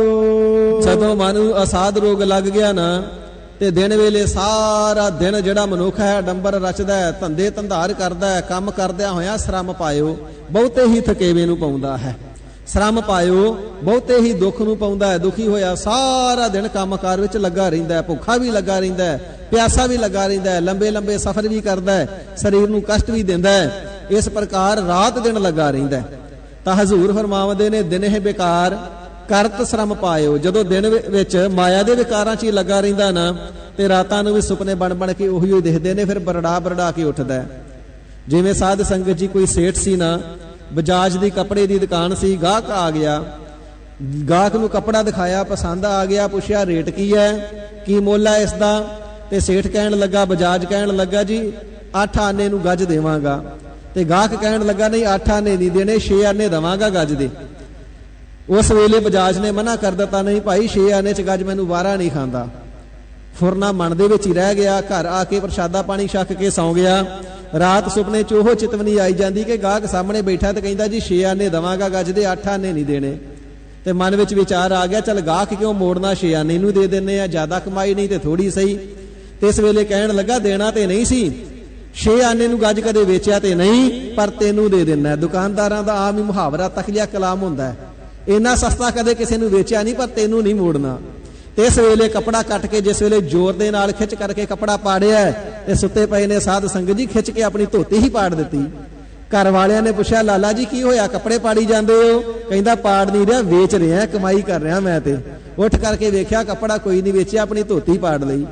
इस प्रकार सतगुरु जी बचन करना करते ने भाई, जदों मनुख दिन वेले धंधे धंधारां च उलझिया रहिंदा ना ते बहुता थकेवा पाउंदा है, सुपने विच भी इवें ही किरत नूं करदा है, फुरना बन के मन दे विच टिकी रहिंदी है। ते इसे प्रकार साइंटिस्ट कहिंदे ने जिहड़ा काम दिने चितवदे रहिए ना वो अवचेतन मन दे अंदर चलिया जांदा ते सुपने दे विच भी ओही दिखाई दिंदा है। हजूर फरमाउंदे ने बहुते श्रम नूं पाउंदा है, बहुते थकेवे नूं पाउंदा, बहुते दुख नूं पाउणा करदा है। जिस प्रकार जदों अकाली लहर चली ना ते साध संगत जी सतगुरु जी दे सूरबीर बहादुर सिखां ने सिंघां ने अंग्रेजां दी नींद हराम कर दित्ती। गुरु के बाग का मोर्चा लग्या, अकाली लहर चली है, ननकाना साहब आजाद करवाया, सचखंड श्री हरमंदर साहब महंता तो छुड़ाया, श्री तरनतार साहब धामां नूं छुड़ावना कीता है। ते इस वेले सिंघां दा ऐसा जोर सी कि अंग्रेज भी थर थर कंबिया करदे ते अंग्रेजणा गोरियां भी कंबिया करदियां। अंबाले छावनी दे विच सुतियां मेमा गोरियां बड़ा बड़ा के उठिया करन, अकाली आ गए, अकाली आ गए, सानू घेरा पा लिया, सानू बचा लो। नेड़े कोई भी नहीं, पहरेदार गोरे ही खड़े ने, पर बरड़ा बरड़ा के उठना। सतगुरु जी बचन करना करते ने, जेड़ा अडंबर मनुख दिन नूं करदा है रात नूं भी उही ही दिसदा है। बहुता थकेवे दा काम करदा है, बहुती शरीर नूं खिचला दिंदा है, बहुता ही दुख पाउणा करदा है अडंबरां दे विच उलझ करके। नैनी नींद सुपन बरड़ायो। फिर जेड़े काम अडंबर दिन नूं करदा है, नेत्रां च रात नूं नींद आ जांदी है, सौ जांदा है ते बरड़ा बरड़ा के उही ही काम करदा है। सो बजाज दे सुपने विच कपड़ा वेचण वांगू ते गोरियां दे बरड़ा बरड़ा के उठण वांगू जो दिने करदा उही ही रात करदा है। संत जन महात्मा नूं पुछया ना किसी राजे ने, कहण लगा जी 2 ਕੰਨ तुहाडे 2 मेरे, 2 ਅੱਖਾਂ तुहाडीਆਂ 2 मेरियां, 2 पैर तुहाडे 2 मेरे, शरीर दे अंग प्रतंग नक मूँह ते सब इक्को जे ने, फिर संतां दे विच ते आम बंदे विच फर्क की हुंदा है? महापुरख कहण लगे तेनू इवें समझ नहीं आउणी, अमृत वेले आई फिर दस देवांगे।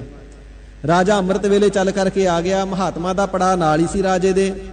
महात्मा कहण लगे साडे विद्यार्थी चेले सुते पए ने, इन्हां दे उपर जल दा छटा मार। राजे ने महात्मा दा बचन मन करके जिस वेले विद्यार्थियों दे साधु दे चेलियां ते छटा मारिया ना, ते साध संगत जी सारे वाहिगुरु वाहिगुरु वाहिगुरु करदे उठ के बैठ गए। महात्मा कहण लगे हुण अपने सिपाहियां ते छटा मार। जिस वेले सिपाहियां दे उपर छटा मारिया, कहंदे मारे गए, भज लो, फड़ लो, वैरी आ गए, दुश्मन पै गए। जो दिन वेले संकल्प रहिंदे ने सुपने च भी बरड़ा बरड़ा के उही उठदे ने। ते इस प्रकार महात्मा जी ने जनाया भाई यह फर्क है, ये दिन वेले भी वैरी वैरी करते रहिंदे ने, मार लो फड़ लो करते रहिंदे ने, ते सुते पे भी इदां ही करते ने। ते जिहड़े साडे वाले ने महात्मा ने, ये दिने तां वाहिगुरु दा नाम जपदे ने, बंदगी करदे, भजन करदे ने, सुत्या पै भी वाहिगुरु बोलदे ने, अचनचेत जाग आ जे तां भी वाहिगुरु बोलदे ने।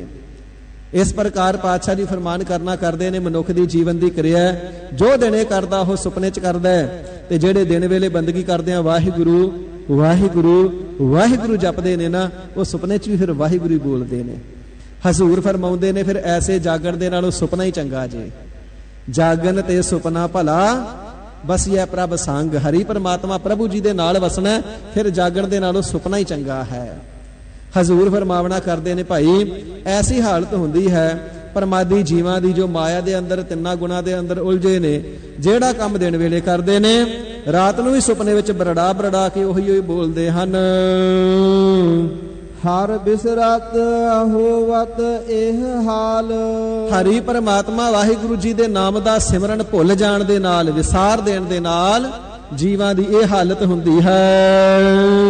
शरण नानक प्रभु पुरख दयाल। महाराज फिर इस माया दे रोग तो साडी बंद खलासी किवें होवे? हजूर फरमाउंदे ने भाई ਜੋ ਪ੍ਰਭੂ ਪੁਰਖ ਵਿਆਪਕ ਸਰੂਪ ਦਇਆਲੂ ਹੈ ਨਾ ਸਭਨਾਂ ਤੇ, ਸਭਨਾਂ ਦੇ ਉੱਪਰ ਕਿਰਪਾ ਦ੍ਰਿਸ਼ਟੀ ਕਰਕੇ ਸਭਨਾਂ ਦੇ ਗੁਨਾਹਾਂ ਨੂੰ ਬਖਸ਼ ਦੇਣ ਵਾਲਾ ਹੈ। ਸਰਨ ਨਾਨਕ ਭਾਈ ਤਿਸ ਹਰੀ ਅਕਾਲ ਪੁਰਖ ਵਾਹਿਗੁਰੂ ਜੀ ਦੇ ਮੁਬਾਰਕ ਚਰਨਾਂ ਦੀ ਸ਼ਰਨ ਵਿੱਚ ਪਏ ਰਹੋ। ਤਿਸ ਪਰਮਾਤਮਾ ਜੀ ਦੇ ਸਰਗੁਣ ਸਰੂਪ ਗੁਰ ਪਰਮੇਸ਼ਰ ਜੀ ਦੀ ਸ਼ਰਨ ਵਿੱਚ ਪਏ ਰਹੋ। ਸ੍ਰੀ ਗੁਰੂ ਗ੍ਰੰਥ ਸਾਹਿਬ ਜੀ ਦੀ ਸ਼ਰਨ ਸਤ ਸੰਗਤ ਦੇ ਦੁਆਰਾ ਸ੍ਰੀ ਗੁਰੂ ਗ੍ਰੰਥ ਸਾਹਿਬ ਜੀ ਦੇ ਚਰਨਾਂ ਦੀ ਸ਼ਰਨ ਵਿੱਚ ਪਏ ਰਹੋ, ਕਿਉਂਕਿ ਮੇਰੇ ਅਕਾਲ ਪੁਰਖ ਵਾਹਿਗੁਰੂ ਜੀ ਦਾ ਇਹ ਬਿਰਧ ਹੈ, ਜੋ ਸ਼ਰਨ ਆਵੈ ਤਿਸ ਕੰਠ ਲਾਵੈ। ਇਹ ਬਿਰਧ ਸੁਆਮੀ ਸੰਦਾ ਮੇਰੇ ਮਾਲਕ ਜੀ ਦਾ ਮੁੱਢ ਕਦੀਮਾਂ ਤੋਂ ਹੁਕਮ ਹੈ, ਮੁੱਢ ਕਦੀਮਾਂ ਤੋਂ ਸੁਭਾਅ ਹੈ। ਜਿਹੜਾ ਸ਼ਰਨ ਵਿੱਚ ਚੱਲ ਕੇ ਆ ਜਾਂਦਾ ਹੈ, ਮਹਾਰਾਜ ਜੀ ਸਾਰੇ ਬੰਧਨ ਤਿਸ ਦੇ ਕੱਟ ਕੇ ਆਪਣੇ ਗਲੇ ਦੇ ਨਾਲ ਲਾ ਕਰਕੇ ਭੇਦ ਨਿਸ਼ਚੈ ਸਰੂਪ ਕੰਠ ਗਲੇ ਦੇ ਨਾਲ ਲਾ ਕਰਕੇ ਭੇਦਤਾ ਬਖਸ਼ਦੇ ਨੇ। ਇਸ ਕਰਕੇ ਵਾਹਿਗੁਰੂ ਜੀ ਦੇ ਚਰਨਾਂ ਦੀ ਸ਼ਰਨ ਵਿੱਚ ਹੀ ਸਦਾ ਪੈਣਾ ਕਰੀਏ। ਸਲੋਕ 4 ਕੁੰਟ 14 ਭਵਨ ਸਗਲ ਵਿਆਪਤ ਰਾਮ। हे ਗਰੀਬ ਨਿਵਾਜ ਜੀ, ਜਿਸ ਵਾਹਿਗੁਰੂ ਦੇ ਚਰਨਾਂ ਦੀ ਸ਼ਰਨ ਵਿੱਚ ਪੈਣੇ ਦਾ ਆਪ ਜੀ ਉਪਦੇਸ਼ ਦਿੰਦੇ ਹੋ, ਅਸੀਂ ਤੇ ਜਾਣਦੇ ਨਹੀਂ ਕਿੱਥੇ ਵਸਦਾ ਹੈ। ਮਹਾਰਾਜ ਜੀ ਕਿਰਪਾਲਤਾ ਕਰਕੇ ਦੱਸੋ, ਉਹ ਵਾਹਿਗੁਰੂ ਨਿਰੰਕਾਰ ਵਸਦਾ ਕਿੱਥੇ ਹੈ? ਹਜ਼ੂਰ ਫਰਮਾਵਣਾ ਕਰਦੇ ਨੇ, ਭਾਈ ਉੱਤਰ ਦੱਖਣ ਪੂਰਬ ਪੱਛਮ ਚਾਰੇ ਹੀ ਕੁੰਟਾਂ ਦੇ ਵਿੱਚ ਤੇ 14 ਹੈ ਭਵਨ, 7 ਆਕਾਸ਼ 7 ਪਤਾਲ। ਜੋ ਇਸਲਾਮ ਮਤ ਵਾਲਿਆਂ ਨੇ ਮੰਨੇ ਨੇ ਉਹ 14 ਹੀ ਤਬਕ ਮੰਨਦੇ ਨੇ। ਸਤਿਗੁਰੂ ਜੀ ਉਪਦੇਸ਼ ਜਿਹੜਾ ਹੈ ਨਾ ਅਧਿਕਾਰੀ ਵੇਖ ਕੇ ਦਿੰਦੇ ਨੇ। ਸਕੂਲ ਦੇ ਵਿੱਚ ਟੀਚਰ ਦੇ ਕੋਲ ਵੱਖ-ਵੱਖ ਕਲਾਸਾਂ ਦੇ ਬੱਚੇ ਪੜ੍ਹਦੇ ਹੋ ਸਕਦੇ ਨੇ। ਟਿਊਸ਼ਨ ਸੈਂਟਰ ਦੇ ਉੱਪਰ ਵੀ ਕਿੰਨੇ ਤਰ੍ਹਾਂ ਦੇ ਵੱਖ-ਵੱਖ ਤਰ੍ਹਾਂ ਦੇ ਬੱਚੇ, ਕੋਈ ਛੋਟੀ ਕਲਾਸ ਦਾ, ਕੋਈ ਵੱਡੀ ਕਲਾਸ ਦਾ ਹੁੰਦਾ ਹੈ। ਜਿਹੜਾ ਸਿਆਣਾ ਟੀਚਰ ਹੁੰਦਾ ਹੈ ਨਾ, ਜਿੰਨੀ ਕੁ ਬੱਚੇ ਦੀ ਯੋਗਤਾ ਹੁੰਦੀ ਹੈ ਉਸ ਦੇ ਯੋਗਤਾ ਦੇ ਹਿਸਾਬ ਦੇ ਨਾਲ ਲੈਸਨ ਦਿੰਦਾ, ਸਬਕ ਪੜ੍ਹਾਉਂਦਾ ਹੈ। ਹੁਣ 5ਵੀਂ ਵਾਲੇ ਬੱਚੇ ਨੂੰ 10ਵੀਂ ਦਾ ਕੋਈ ਸਬਜੈਕਟ ਨਹੀਂ ਪੜ੍ਹਾਇਆ ਜਾ ਸਕਦਾ, 10ਵੀਂ ਵਾਲੇ ਨੂੰ 12ਵੀਂ ਦਾ ਨਹੀਂ ਪੜ੍ਹਾਇਆ ਜਾ ਸਕਦਾ, ਤੇ +2 ਵਾਲੇ ਨੂੰ ਫਾਈਨਲ ਦਾ ਨਹੀਂ ਪੜ੍ਹਾਇਆ ਜਾ ਸਕਦਾ, ਤੇ ਜਿਹੜਾ ਕੋਈ ਮਾਸਟਰ ਡਿਗਰੀ ਕਰ ਰਿਹਾ ਉਸ ਨੂੰ MBA ਦਾ ਨਹੀਂ ਪੜ੍ਹਾਇਆ ਜਾ ਸਕਦਾ। ਜਿਹੜੀ ਵਿਦਿਆ ਕੋਈ ਹਾਸਲ ਕਰ ਰਿਹਾ ਉਸ ਦਾ ਸਬਜੈਕਟ ਹੀ ਉਸ ਨੂੰ ਪੜ੍ਹਾਇਆ ਜਾਵੇਗਾ। ਜਿਹੜੇ ਤੇ ਆਤਮ ਗਿਆਨੀ ਨੇ, ਬਹੁਤਾ ਗਿਆਨ ਰੱਖਣੇ ਵਾਲੇ, ਸਤਿਗੁਰੂ ਜੀ ਕਰੋੜਾਂ ਬ੍ਰਹਮੰਡਾਂ ਦਾ ਉਪਦੇਸ਼ ਦਿੰਦੇ ਨੇ, ਭਾਈ ਕਰੋੜਾਂ ਬ੍ਰਹਮੰਡਾਂ 'ਚ ਵਸਦਾ। ਜਿਨ੍ਹਾਂ ਨੂੰ ਧਰਤੀ ਦਾ ਗਿਆਨ ਹੈ ਉਸ ਨੂੰ ਗੋਪਾਲ ਕਹਿ ਕਰਕੇ ਕਹਿੰਦੇ, ਭਾਈ ਉਹ ਸਾਰੀ ਪ੍ਰਿਥਵੀ ਦਾ ਪਾਲਕ ਹੈ, ਤੇਰੀ ਵੀ ਪਾਲਣਾ ਕਰੇਗਾ। ਜਿਨ੍ਹਾਂ ਨੂੰ ਲੋਕ ਪਰਲੋਕ ਦਾ ਗਿਆਨ ਆ ਉਹਨੂੰ ਕਹਿਣਾ ਕਰਦੇ, ਭਾਈ ਵਾਹਿਗੁਰੂ ਦੋਵਾਂ ਜਹਾਨਾਂ 'ਚ ਮਦਦ ਕਰਦਾ ਹੈ। ਤੇ ਜਿਨ੍ਹਾਂ ਨੂੰ 14 ਭਵਨਾਂ ਦਾ ਗਿਆਨ, 14 ਭਵਨਾਂ ਨੂੰ ਜਾਣਦੇ, ਮਹਾਰਾਜ ਕਹਿੰਦੇ 14 ਭਵਨਾਂ ਦਾ ਮਾਲਕ ਵੀ ਉਹੀ ਹੋਈ ਹੈ। ਜਿੰਨੀ ਕਿਸੇ ਦੀ ਯੋਗਤਾ ਸਤਿਗੁਰੂ ਜੀ ਉਸੇ ਹਿਸਾਬ ਦੇ ਨਾਲ ਉਪਦੇਸ਼ ਦਿੰਦੇ ਨੇ। ਕਈ ਵਾਰ ਜਗਿਆਸੂਆਂ ਦੇ ਮਨ ਵਿੱਚ ਸ਼ੰਕਾ ਵੀ ਪੈ ਜਾਂਦਾ, ਕਿਤੇ ਮਹਾਰਾਜ ਨੇ 2 ਲੋਕ ਕਹੇ ਨੇ, ਕਿਤੇ 3 ਭਵਨ ਕਹੇ ਨੇ, ਕਿਤੇ 14 ਭਵਨ ਕਹੇ ਨੇ, ਕਿਤੇ ਕਰੋੜਾ ਕਹੇ ਨੇ, ਅਸਲ 'ਚ ਹੈ ਕਿੰਨੇ ਨੇ? ਭਾਈ ਜਿੰਨੇ ਵੀ ਕਥਨ ਕੀਤੇ ਨੇ ਸਾਰੇ ਹੀ ਹੈਗੇ ਨੇ। ਜਿਹਨੂੰ ਦੋਵਾਂ ਦਾ ਗਿਆਨ ਵੀ ਲੋਕ ਵੀ ਸਵਰਜੇ ਪਰ ਲੋਕ ਵੀ ਸਵਰਜੇ, ਉਹਨੂੰ ਦੋਵਾਂ ਦਾ ਉਪਦੇਸ਼ ਦੇ ਦਿੱਤਾ। ਜਿਹਨੂੰ 3 ਦਾ ਗਿਆਨ 3 ਦਾ, ਜਿਸ ਨੂੰ 14 ਦਾ ਗਿਆਨ ਉਸ ਨੂੰ 14 ਦੁਆਰਾ ਉਪਦੇਸ਼ ਦੇਣਾ ਕੀਤਾ। ਭਾਈ ਚਾਰੇ ਹੀ ਕੁੰਟਾਂ ਉੱਤਰ ਦੱਖਣ ਪੂਰਬ ਤੇ ਪੱਛਮ ਦੇ ਵਿੱਚ 14 ਹੀ ਭਵਨ, 7 ਆਕਾਸ਼ ਅਤੇ 7 ਪਤਾਲਾਂ ਦੇ ਵਿੱਚ ਸਗਲ ਸਾਰਿਆਂ ਥਾਵਾਂ ਤੇ ਵਿਆਪਤ ਰਾਮ, ਉਹ ਰਾਮ ਰਮਿਆ ਹੋਇਆ ਪਰਿਪੂਰਨ ਹੋ ਰਿਹਾ ਹੈ। ਇਸੇ ਹੀ ਪ੍ਰਕਾਰ ਹਜ਼ੂਰ ਫਰਮਾਵਣਾ ਕਰਦੇ ਨੇ 4 ਕੁੰਟ। 4 ਕੁੰਡਾਂ ਕਿਹੜੀਆਂ ਨੇ? ਅੰਤਸ਼ਕਰਨ, ਮਨ, ਚਿੱਤ, ਬੁੱਧ, ਅਹੰਕਾਰ, ਚਾਰੇ ਮਿਲ ਕੇ ਬਣਦਾ ਹੈ ਅੰਤःਕਰਨ ਅਥਵਾ ਅੰਤਸ਼ਕਰਨ। ਭਾਈ ਅੰਤਸ਼ਕਰਨ ਰੂਪੀ 4 ਕੁੰਡਾਂ ਦੇ ਵਿੱਚ ਵੀ ਉਹ ਹੀ ਸਮਾਇਆ ਹੋਇਆ ਹੈ। ਪ੍ਰਤੱਖ ਵੀ 7 ਆਕਾਸ਼ 7 ਪਤਾਲ 14 ਭਵਨਾਂ 'ਚ ਸਮਾਇਆ ਹੈ। ਇਸੇ ਪ੍ਰਕਾਰ ਅੰਤਰੀਵ 14 ਭਵਨ ਕਿਹੜੇ ਨੇ? ਸਰੀਰ ਦੇ ਕਰਮ ਇੰਦਰੀ ਤੇ ਗਿਆਨ ਇੰਦਰੀ 10 ਨੇ। 5 ਕਰਮ ਇੰਦਰੀ, 5 ਗਿਆਨ ਇੰਦਰੀ, 10 ਹੋ ਗਏ। ਤੇ ਅੰਤਸ਼ਕਰਨ ਮਿਲਾ ਕਰਕੇ ਬਣਦੇ ਨੇ 14। ਹਜ਼ੂਰ ਫਰਮਾਵਣਾ ਕਰਦੇ ਨੇ, ਇਸ ਪ੍ਰਕਾਰ ਸਰੀਰ ਦੇ ਅੰਦਰ ਅੰਤਸ਼ਕਰਨ ਦੇ ਸਮੇਤ ਸਭ ਅੰਗਾਂ ਪ੍ਰਤੰਗਾਂ ਦੇ ਅੰਦਰ ਰੋਮ ਰੋਮ ਮਹਿ ਬਸੈ ਮੁਰਾਰ, ਉਹ ਵਾਹਿਗੁਰੂ ਹੀ ਵਿਆਪ ਰਿਹਾ, ਵਸ ਰਿਹਾ ਹੈ। ਇਸੇ ਪ੍ਰਕਾਰ ਸਗਲ ਸਾਰੀਆਂ ਸਥਾਨਾਂ ਤੇ, ਸਾਰਿਆਂ ਸਰੀਰਾਂ ਵਿੱਚ, ਸਾਰਿਆਂ ਆਕਾਰਾਂ ਵਿੱਚ, ਸਾਰਿਆਂ ਲੋਕਾਂ ਦੇ ਵਿੱਚ ਉਹ ਰਾਮ ਆਪ ਹੀ ਵਿਆਪ ਰਿਹਾ ਹੈ, ਵਸ ਰਿਹਾ ਹੈ। ਮਾਇਆ ਦੇ 3 ਗੁਣਾਂ ਤੋਂ ਉੱਪਰ ਉੱਠਿਆ ਹੋਇਆ ਜੋ ਨਿਰਗੁਣ ਹੈ, ਮਾਇਆ ਦੇ 3 ਗੁਣਾਂ ਤੋਂ ਰਹਿਤ, ਉਹ ਬ੍ਰਹਮ ਪਰਿਪੂਰਨ ਵਿਆਪ ਰਿਹਾ ਹੈ। ਨਾਨਕ ਊਨ ਨਾ ਦੇਖੀਆ ਪੂਰਨ ਤਾਂ ਕੇ ਕਾਮ। ਉਸ ਹਰੀ ਅਕਾਲ ਪੁਰਖ ਵਾਹਿਗੁਰੂ ਜੀ ਦੀ ਹੋਂਦ ਤੋਂ ਬਿਨਾਂ ਊਣੀ ਕੋਈ ਵੀ ਜਗ੍ਹਾ ਨਹੀਂ ਦੇਖੀ ਜਾਂਦੀ। ਹਜ਼ੂਰ ਫਰਮਾਉਂਦੇ ਨੇ ਸਭ ਜਗ੍ਹਾ ਤੇ ਵਸਦਾ ਹੈ, ਤੇ ਜਿਨ੍ਹਾਂ ਨੇ ਸਭ ਜਗ੍ਹਾ ਤੇ ਵਸਦਾ ਜਾਣਿਆ ਨਾ, ਉਹਨਾਂ ਦੇ ਹੀ ਪੂਰਨਤਾ ਕੇ ਕਾਮ। ਜੋ ਸਭ ਜਗ੍ਹਾ ਤੇ ਵਸਣ ਵਾਲਾ ਪਰਮੇਸ਼ਰ, ਜਿਸ ਪ੍ਰਾਣੀ ਨੇ ਉਸ ਪਰਮੇਸ਼ਰ ਨੂੰ ਜਾਣ ਲਿਆ, ਸਮਝ ਲਿਆ, ਜਪ ਲਿਆ, ਸਿਮਰ ਲਿਆ, ਮਿਲ ਲਿਆ, ਉਸ ਦੇ ਸਾਰੇ ਕਾਰਜ, ਸਾਰੇ ਕੰਮ ਪੂਰੇ ਹੋ ਜਾਂਦੇ ਨੇ। ਉਸ ਦੇ ਤਿੰਨੇ ਤਾਪਾਂ ਦੀ ਨਿਵਰਤੀ ਹੋ ਜਾਂਦੀ ਹੈ। ਮਾਇਆ ਦਾ ਸਾਧ ਰੋਗ ਵੀ ਮਿਟ ਜਾਂਦਾ ਹੈ, ਪਰ ਲੋਕ ਵੀ ਸਮਰ ਜਾਂਦਾ ਹੈ, ਜੰਮਣ ਮਰਨ ਮੁੱਕ ਜਾਂਦਾ ਹੈ, ਨਰਕਾਂ ਸਵਰਗਾਂ ਦੇ ਗੇੜੇ ਮੁੱਕ ਜਾਂਦੇ ਨੇ। ਅਵਤਾਰ ਜੂਨਾਂ ਦੇ ਵਿੱਚ ਉਹ ਨਹੀਂ ਉਤਰਦਾ ਜਿਸ ਨੇ ਪਰਿਪੂਰਨ ਪਰਮਾਤਮਾ ਜੀ ਨੂੰ ਦੇਖ ਲੈਣਾ ਕੀਤਾ ਹੈ, ਜਾਣ ਲੈਣਾ ਕੀਤਾ ਹੈ। ਪੌੜੀ 14 4 ਕੁੰਟ ਪ੍ਰਭ ਆਪ। ਪੌੜੀ ਰਾਹੀਂ ਸਤਿਗੁਰੂ ਜੀ ਵਾਰ, ਪੌੜੀ ਦਾ ਅਰਥ ਵਾਰ, ਤੇ ਵਾਰ ਦਾ ਭਾਵ ਹੁੰਦਾ ਜਸ। ਵਾਹਿਗੁਰੂ ਜੀ ਦਾ ਜਸ ਕਰਦਿਆਂ ਗਰੀਬ ਨਿਵਾਜ ਫਰਮਾਉਂਦੇ ਨੇ ਭਾਈ, ਪ੍ਰਤੱਖ ਵੀ 14 ਭਵਨਾਂ ਦੇ ਅੰਦਰ, ਚਾਰੇ ਕੁੰਟਾਂ ਦੇ ਅੰਦਰ, ਚਾਰੇ ਦਿਸ਼ਾਵਾਂ ਦੇ ਅੰਦਰ, ਕਰਮ ਇੰਦਰੇ, ਗਿਆਨ ਇੰਦਰੇ ਤੇ ਅੰਤਸ਼ਕਰਨ ਸਰੀਰ ਦੇ ਅੰਦਰ ਪ੍ਰਭੂ ਪਰਮਾਤਮਾ ਆਪ ਹੀ ਵਸ ਰਹੇ ਨੇ, ਆਪ ਹੀ ਸਮਾ ਰਹੇ ਨੇ, ਸਾਖੀ ਚੇਤਨ ਹੋ ਕਰਕੇ। ਸਗਲ ਭਵਨ ਪੂਰਨ ਪ੍ਰਤਾਪ। ਜਿਤਨੇ ਵੀ ਭਵਨ ਨੇ ਨਾ, ਜਿਤਨੇ ਵੀ ਬ੍ਰਹਮੰਡ ਨੇ, ਜਿਤਨੀਆਂ ਖਾਣੀਆਂ ਨੇ, ਸਾਰਿਆਂ ਦੇ ਅੰਦਰ ਵਾਹਿਗੁਰੂ ਜੀ ਦਾ ਹੀ ਪ੍ਰਤਾਪ ਪ੍ਰਗਟ ਹੋ ਰਿਹਾ ਹੈ। ਸਗਲ ਭਵਨ, ਸਾਰਿਆਂ ਭਵਨਾਂ, ਸਾਰਿਆਂ ਘਰਾਂ ਦੇ ਅੰਦਰ, ਘਰ ਘਰ ਦੇ ਅੰਦਰ ਵਾਹਿਗੁਰੂ ਜੀ ਦਾ ਪ੍ਰਤਾਪ ਪ੍ਰਗਟ ਹੋ ਰਿਹਾ ਹੈ। ਸਗਲ ਭਵਨ, ਭਵਨ ਕਹੀਏ ਸਰੀਰ, ਸਾਰਿਆਂ ਸਰੀਰਾਂ ਦੇ ਅੰਦਰ ਵਾਹਿਗੁਰੂ ਜੀ ਹੀ ਪਰਿਪੂਰਨ ਹੋ ਰਹੇ ਨੇ। ਉਸੇ ਦੇ ਹੀ ਤੇਜ ਪ੍ਰਤਾਪ ਦੇ ਨਾਲ ਹਰ ਕੋਈ ਸਰੀਰ ਜਿਉਂਦਾ ਹੈ, ਉਸੇ ਦੀ ਹੀ ਚੇਤਨ ਸੱਤਾ ਕਰਕੇ ਹਰ ਕੋਈ ਜੀਵਨ ਨੂੰ ਜਿਉ ਰਿਹਾ ਹੈ। ਉਸ ਦਾ ਤੇਜ ਪ੍ਰਤਾਪ ਹੀ ਸਭਨਾ ਦਾ ਜੀਵਨ ਜਿੰਦ ਪ੍ਰਾਣ ਰੂਪ ਹੈ। ਦਸੇ ਦਿਸ਼ਾ ਰਵਿਆ ਪ੍ਰਭ ਏਕ। ਦਸੇ ਹੀ ਦਿਸ਼ਾਵਾਂ ਦੇ ਅੰਦਰ, ਚਾਰ ਦਿਸ਼ਾਵਾਂ ਉੱਤਰ ਦੱਖਣ ਪੂਰਬ ਪੱਛਮ, ਚਾਰ ਇਹਨਾਂ ਦੀਆਂ ਉਪ ਦਿਸ਼ਾਵਾਂ, ਅਗਨੀ ਕੋਣ, ਵੈਵ ਕੋਣ, ਈਸਾਨ ਕੋਣ ਇਤਿਆਦਿਕ ਚਾਰ ਇਹਨਾਂ ਦੇ ਨੈਰਤ ਕੋਣ, ਚਾਰ ਕੋਨੇ ਹੋ ਗਏ, 8 ਹੋ ਗਈਆਂ। ਇੱਕ ਥੱਲੇ ਪ੍ਰਿਥਵੀ, ਉੱਪਰ ਆਕਾਸ਼, ਇਹ 10 ਦਿਸ਼ਾਵਾਂ ਹੋ ਗਈਆਂ। ਸਾਹਿਬ ਜੀ ਫਰਮਾਵਣਾ ਕਰਦੇ ਨੇ, ਦਸਾਂ ਹੀ ਦਿਸ਼ਾਵਾਂ ਦੇ ਅੰਦਰ ਉਹ ਇੱਕ ਪ੍ਰਭੂ ਹੀ ਰਵਿਆ ਵਸਿਆ ਹੋਇਆ ਹੈ। ਇਸੇ ਪ੍ਰਕਾਰ 5 ਕਰਮ ਇੰਦਰੇ, 5 ਗਿਆਨ ਇੰਦਰੇ, ਦਸਾਂ ਹੀ ਇੰਦਰੀਆਂ ਦੇ ਸਹਿਤ ਜੋ ਸਰੀਰ ਹੈ, ਇਸ ਸਰੀਰ ਦੇ ਅੰਦਰ ਪ੍ਰਮਾਤਮਾ ਜੀ ਆਤਮ ਰੂਪ ਹੋ ਕਰਕੇ ਰਵਿਆ ਹੋਇਆ ਹੈ। ਧਰਨ ਆਕਾਸ਼ ਸਭ ਮਹਿ ਪ੍ਰਭ ਪੇਖ। ਧਰਨ ਨੇ ਨੰਨੇ ਨੂੰ ਸਿਹਾਰੀ ਹੈ, ਧਰਨੀ ਭਾਵ ਧਰਤੀ, ਧਰਤੀ ਦੇ ਅੰਦਰ ਵੀ ਪ੍ਰਮਾਤਮਾ ਜੀ ਵਸਿਆ ਹੋਇਆ ਹੈ। ਆਕਾਸ਼ ਲੋਕ ਦੇ ਅੰਦਰ ਸਭ ਮਹਿ ਪ੍ਰਭ ਪੇਖ, ਸਾਰਿਆਂ ਥਾਵਾਂ ਅਸਥਾਨਾਂ ਤੇ ਭਾਈ ਤਿਸ ਪ੍ਰਭੂ ਨੂੰ ਹੀ ਪੇਖ ਦੇਖਣਾ ਕਰ। ਜਲ ਥਲ ਬਨ ਪਰਬਤ ਪਾਤਾਲ। ਸੋ ਇਸੇ ਪ੍ਰਕਾਰ 7 ਹੀ ਸਮੁੰਦਰਾਂ ਦੇ ਅੰਦਰ, ਸਾਰੀਆਂ ਨਦੀਆਂ ਦੇ ਅੰਦਰ, ਸਾਰਿਆਂ ਦਰਿਆਵਾਂ ਦੇ ਅੰਦਰ, ਝੀਲਾਂ ਤਾਲਾਬਾਂ ਸਰੋਵਰਾਂ ਦੇ ਅੰਦਰ, ਖੂਹਾਂ ਦੇ ਅੰਦਰ ਜਿਤਨੇ ਜਲ ਦੇ ਸੁੰਮੇ ਨੇ ਨਾ, ਸਾਰਿਆਂ ਜਲਾਂ ਦੇ ਅੰਦਰ ਪ੍ਰਮਾਤਮਾ ਜੀ ਆਪ ਵਸੇ ਹੋਏ ਨੇ। ਥਲ ਕਹੀਏ ਖੁਸ਼ਕ ਇਲਾਕਾ ਜਾਂ ਅਥਵਾ ਮਾਰੂ ਥਲ ਅਥਵਾ ਪ੍ਰਿਥਵੀ, ਜਿਤਨੀ ਪ੍ਰਿਥਵੀ ਹੈ, ਜਿਤਨੇ ਥਲ ਅਸਥਾਨ ਨੇ, ਸਾਰਿਆਂ ਸਥਾਨਾਂ ਤੇ ਪ੍ਰਮਾਤਮਾ ਜੀ ਆਪ ਵਸੇ ਨੇ। ਬਨ ਕਹੀਏ ਜੰਗਲ, ਸਾਰਿਆਂ ਜੰਗਲਾਂ ਦੇ ਤ੍ਰਿਣ ਤ੍ਰਿਣ ਦੇ ਵਿੱਚ ਪ੍ਰਮਾਤਮਾ ਜੀ ਆਪ ਵਸੇ ਨੇ। ਪਰਬਤ ਕਹੀਏ ਪਹਾੜ, ਪਹਾੜਾਂ ਦੇ ਵਿੱਚ ਵੀ ਪ੍ਰਮਾਤਮਾ ਜੀ ਆਪ ਹੀ ਵਸ ਰਹੇ ਨੇ। ਧਰਤੀ ਤੋਂ ਥੱਲੇ ਹੈ ਪਾਤਾਲ, ਤੇ ਪਾਤਾਲ ਲੋਕ ਦੇ ਵਿੱਚ ਵੀ ਪ੍ਰਮਾਤਮਾ ਜੀ ਆਪ ਹੀ ਵਸ ਰਹੇ ਨੇ। ਇਸੇ ਪ੍ਰਕਾਰ ਧਰਮ ਤੋਂ ਫਿਰ ਪੜ੍ਹਦੇ ਹੋ ਜੀ। ਧਰਨ ਆਕਾਸ਼ ਸਭ ਮਹਿ ਪ੍ਰਭ ਪੇਖ। ਭਾਈ ਧਰਤੀ ਦੀ ਨਿਆਈ ਜਿਹੜੇ ਖਿਮਾ ਧਾਰੀ ਨੇ, ਧਰਤੀ ਦਾ ਗੁਣ ਹੈ ਨਾ ਖਿਮਾ ਧਾਰਨ ਕਰਦੀ ਏ। ਇਸ ਨੂੰ ਕੋਈ ਵੱਢੀ ਜਾਵੇ, ਪੁੱਟੀ ਜਾਵੇ, ਕੱਟੀ ਜਾਵੇ, ਕੁਛ ਕਰੀ ਜਾਵੇ, ਕਿਸੇ ਦੇ ਨਾਲ ਵੈਰ ਨਹੀਂ ਕਰਦੀ। ਜਿਉ ਬਸਦਾ ਕੋਊ ਖੋਦਾ ਕੋਊ ਚੰਦਨ ਲੇਪ, ਕੋਈ ਚੰਦਨ ਦਾ ਲੇਪ ਕਰੀ ਜਾਵੇ ਉਸ ਦੇ ਨਾਲ ਮੋਹ ਨਹੀਂ ਕਰਦੀ, ਤੇ ਕੋਈ ਵੱਢੀ ਕੱਟੀ ਜਾਵੇ ਵੈਰ ਨਹੀਂ ਕਰਦੀ। ਖਿਮਾ ਦਾ ਗੁਣ ਹੈ ਇਸ ਦੇ ਅੰਦਰ। ਇਸੇ ਪ੍ਰਕਾਰ ਜਿਹੜੇ ਧਰਤੀ ਦੀ ਨਿਆਈ ਖਿਮਾ ਦਾ ਗੁਣ ਧਾਰਨ ਕਰਨ ਵਾਲੇ ਨੇ, ਤਿੰਨਾਂ ਦੇ ਹਿਰਦੇ ਦੇ ਅੰਦਰ ਵੀ ਪ੍ਰਮਾਤਮਾ ਹੀ ਵਸਦਾ ਹੈ। ਆਕਾਸ਼ ਜਿਹੜਾ ਨਿਰਖੋਭ ਹੈ, ਜਿਨ੍ਹਾਂ ਦਾ ਹਿਰਦਾ ਨਿਰਖੋਭ ਮੋਹ ਇਤਿਆਦਿਕ ਦੀ ਲਪਾਏ ਮਾਨਗੀ ਤੋਂ ਰਹਿਤ ਹੈ, ਆਕਾਸ਼ ਦੀ ਨਿਆਈ ਜਿਹੜੇ ਮਹਾਤਮਾ ਨੇ, ਸਭ ਮਹਿ ਪ੍ਰਭ ਪੇਖ, ਉਹਨਾਂ ਸਾਰਿਆਂ ਦੇ ਹਿਰਦੇ ਦੇ ਅੰਦਰ ਪ੍ਰਮਾਤਮਾ ਜੀ ਵਸਦੇ ਨੇ।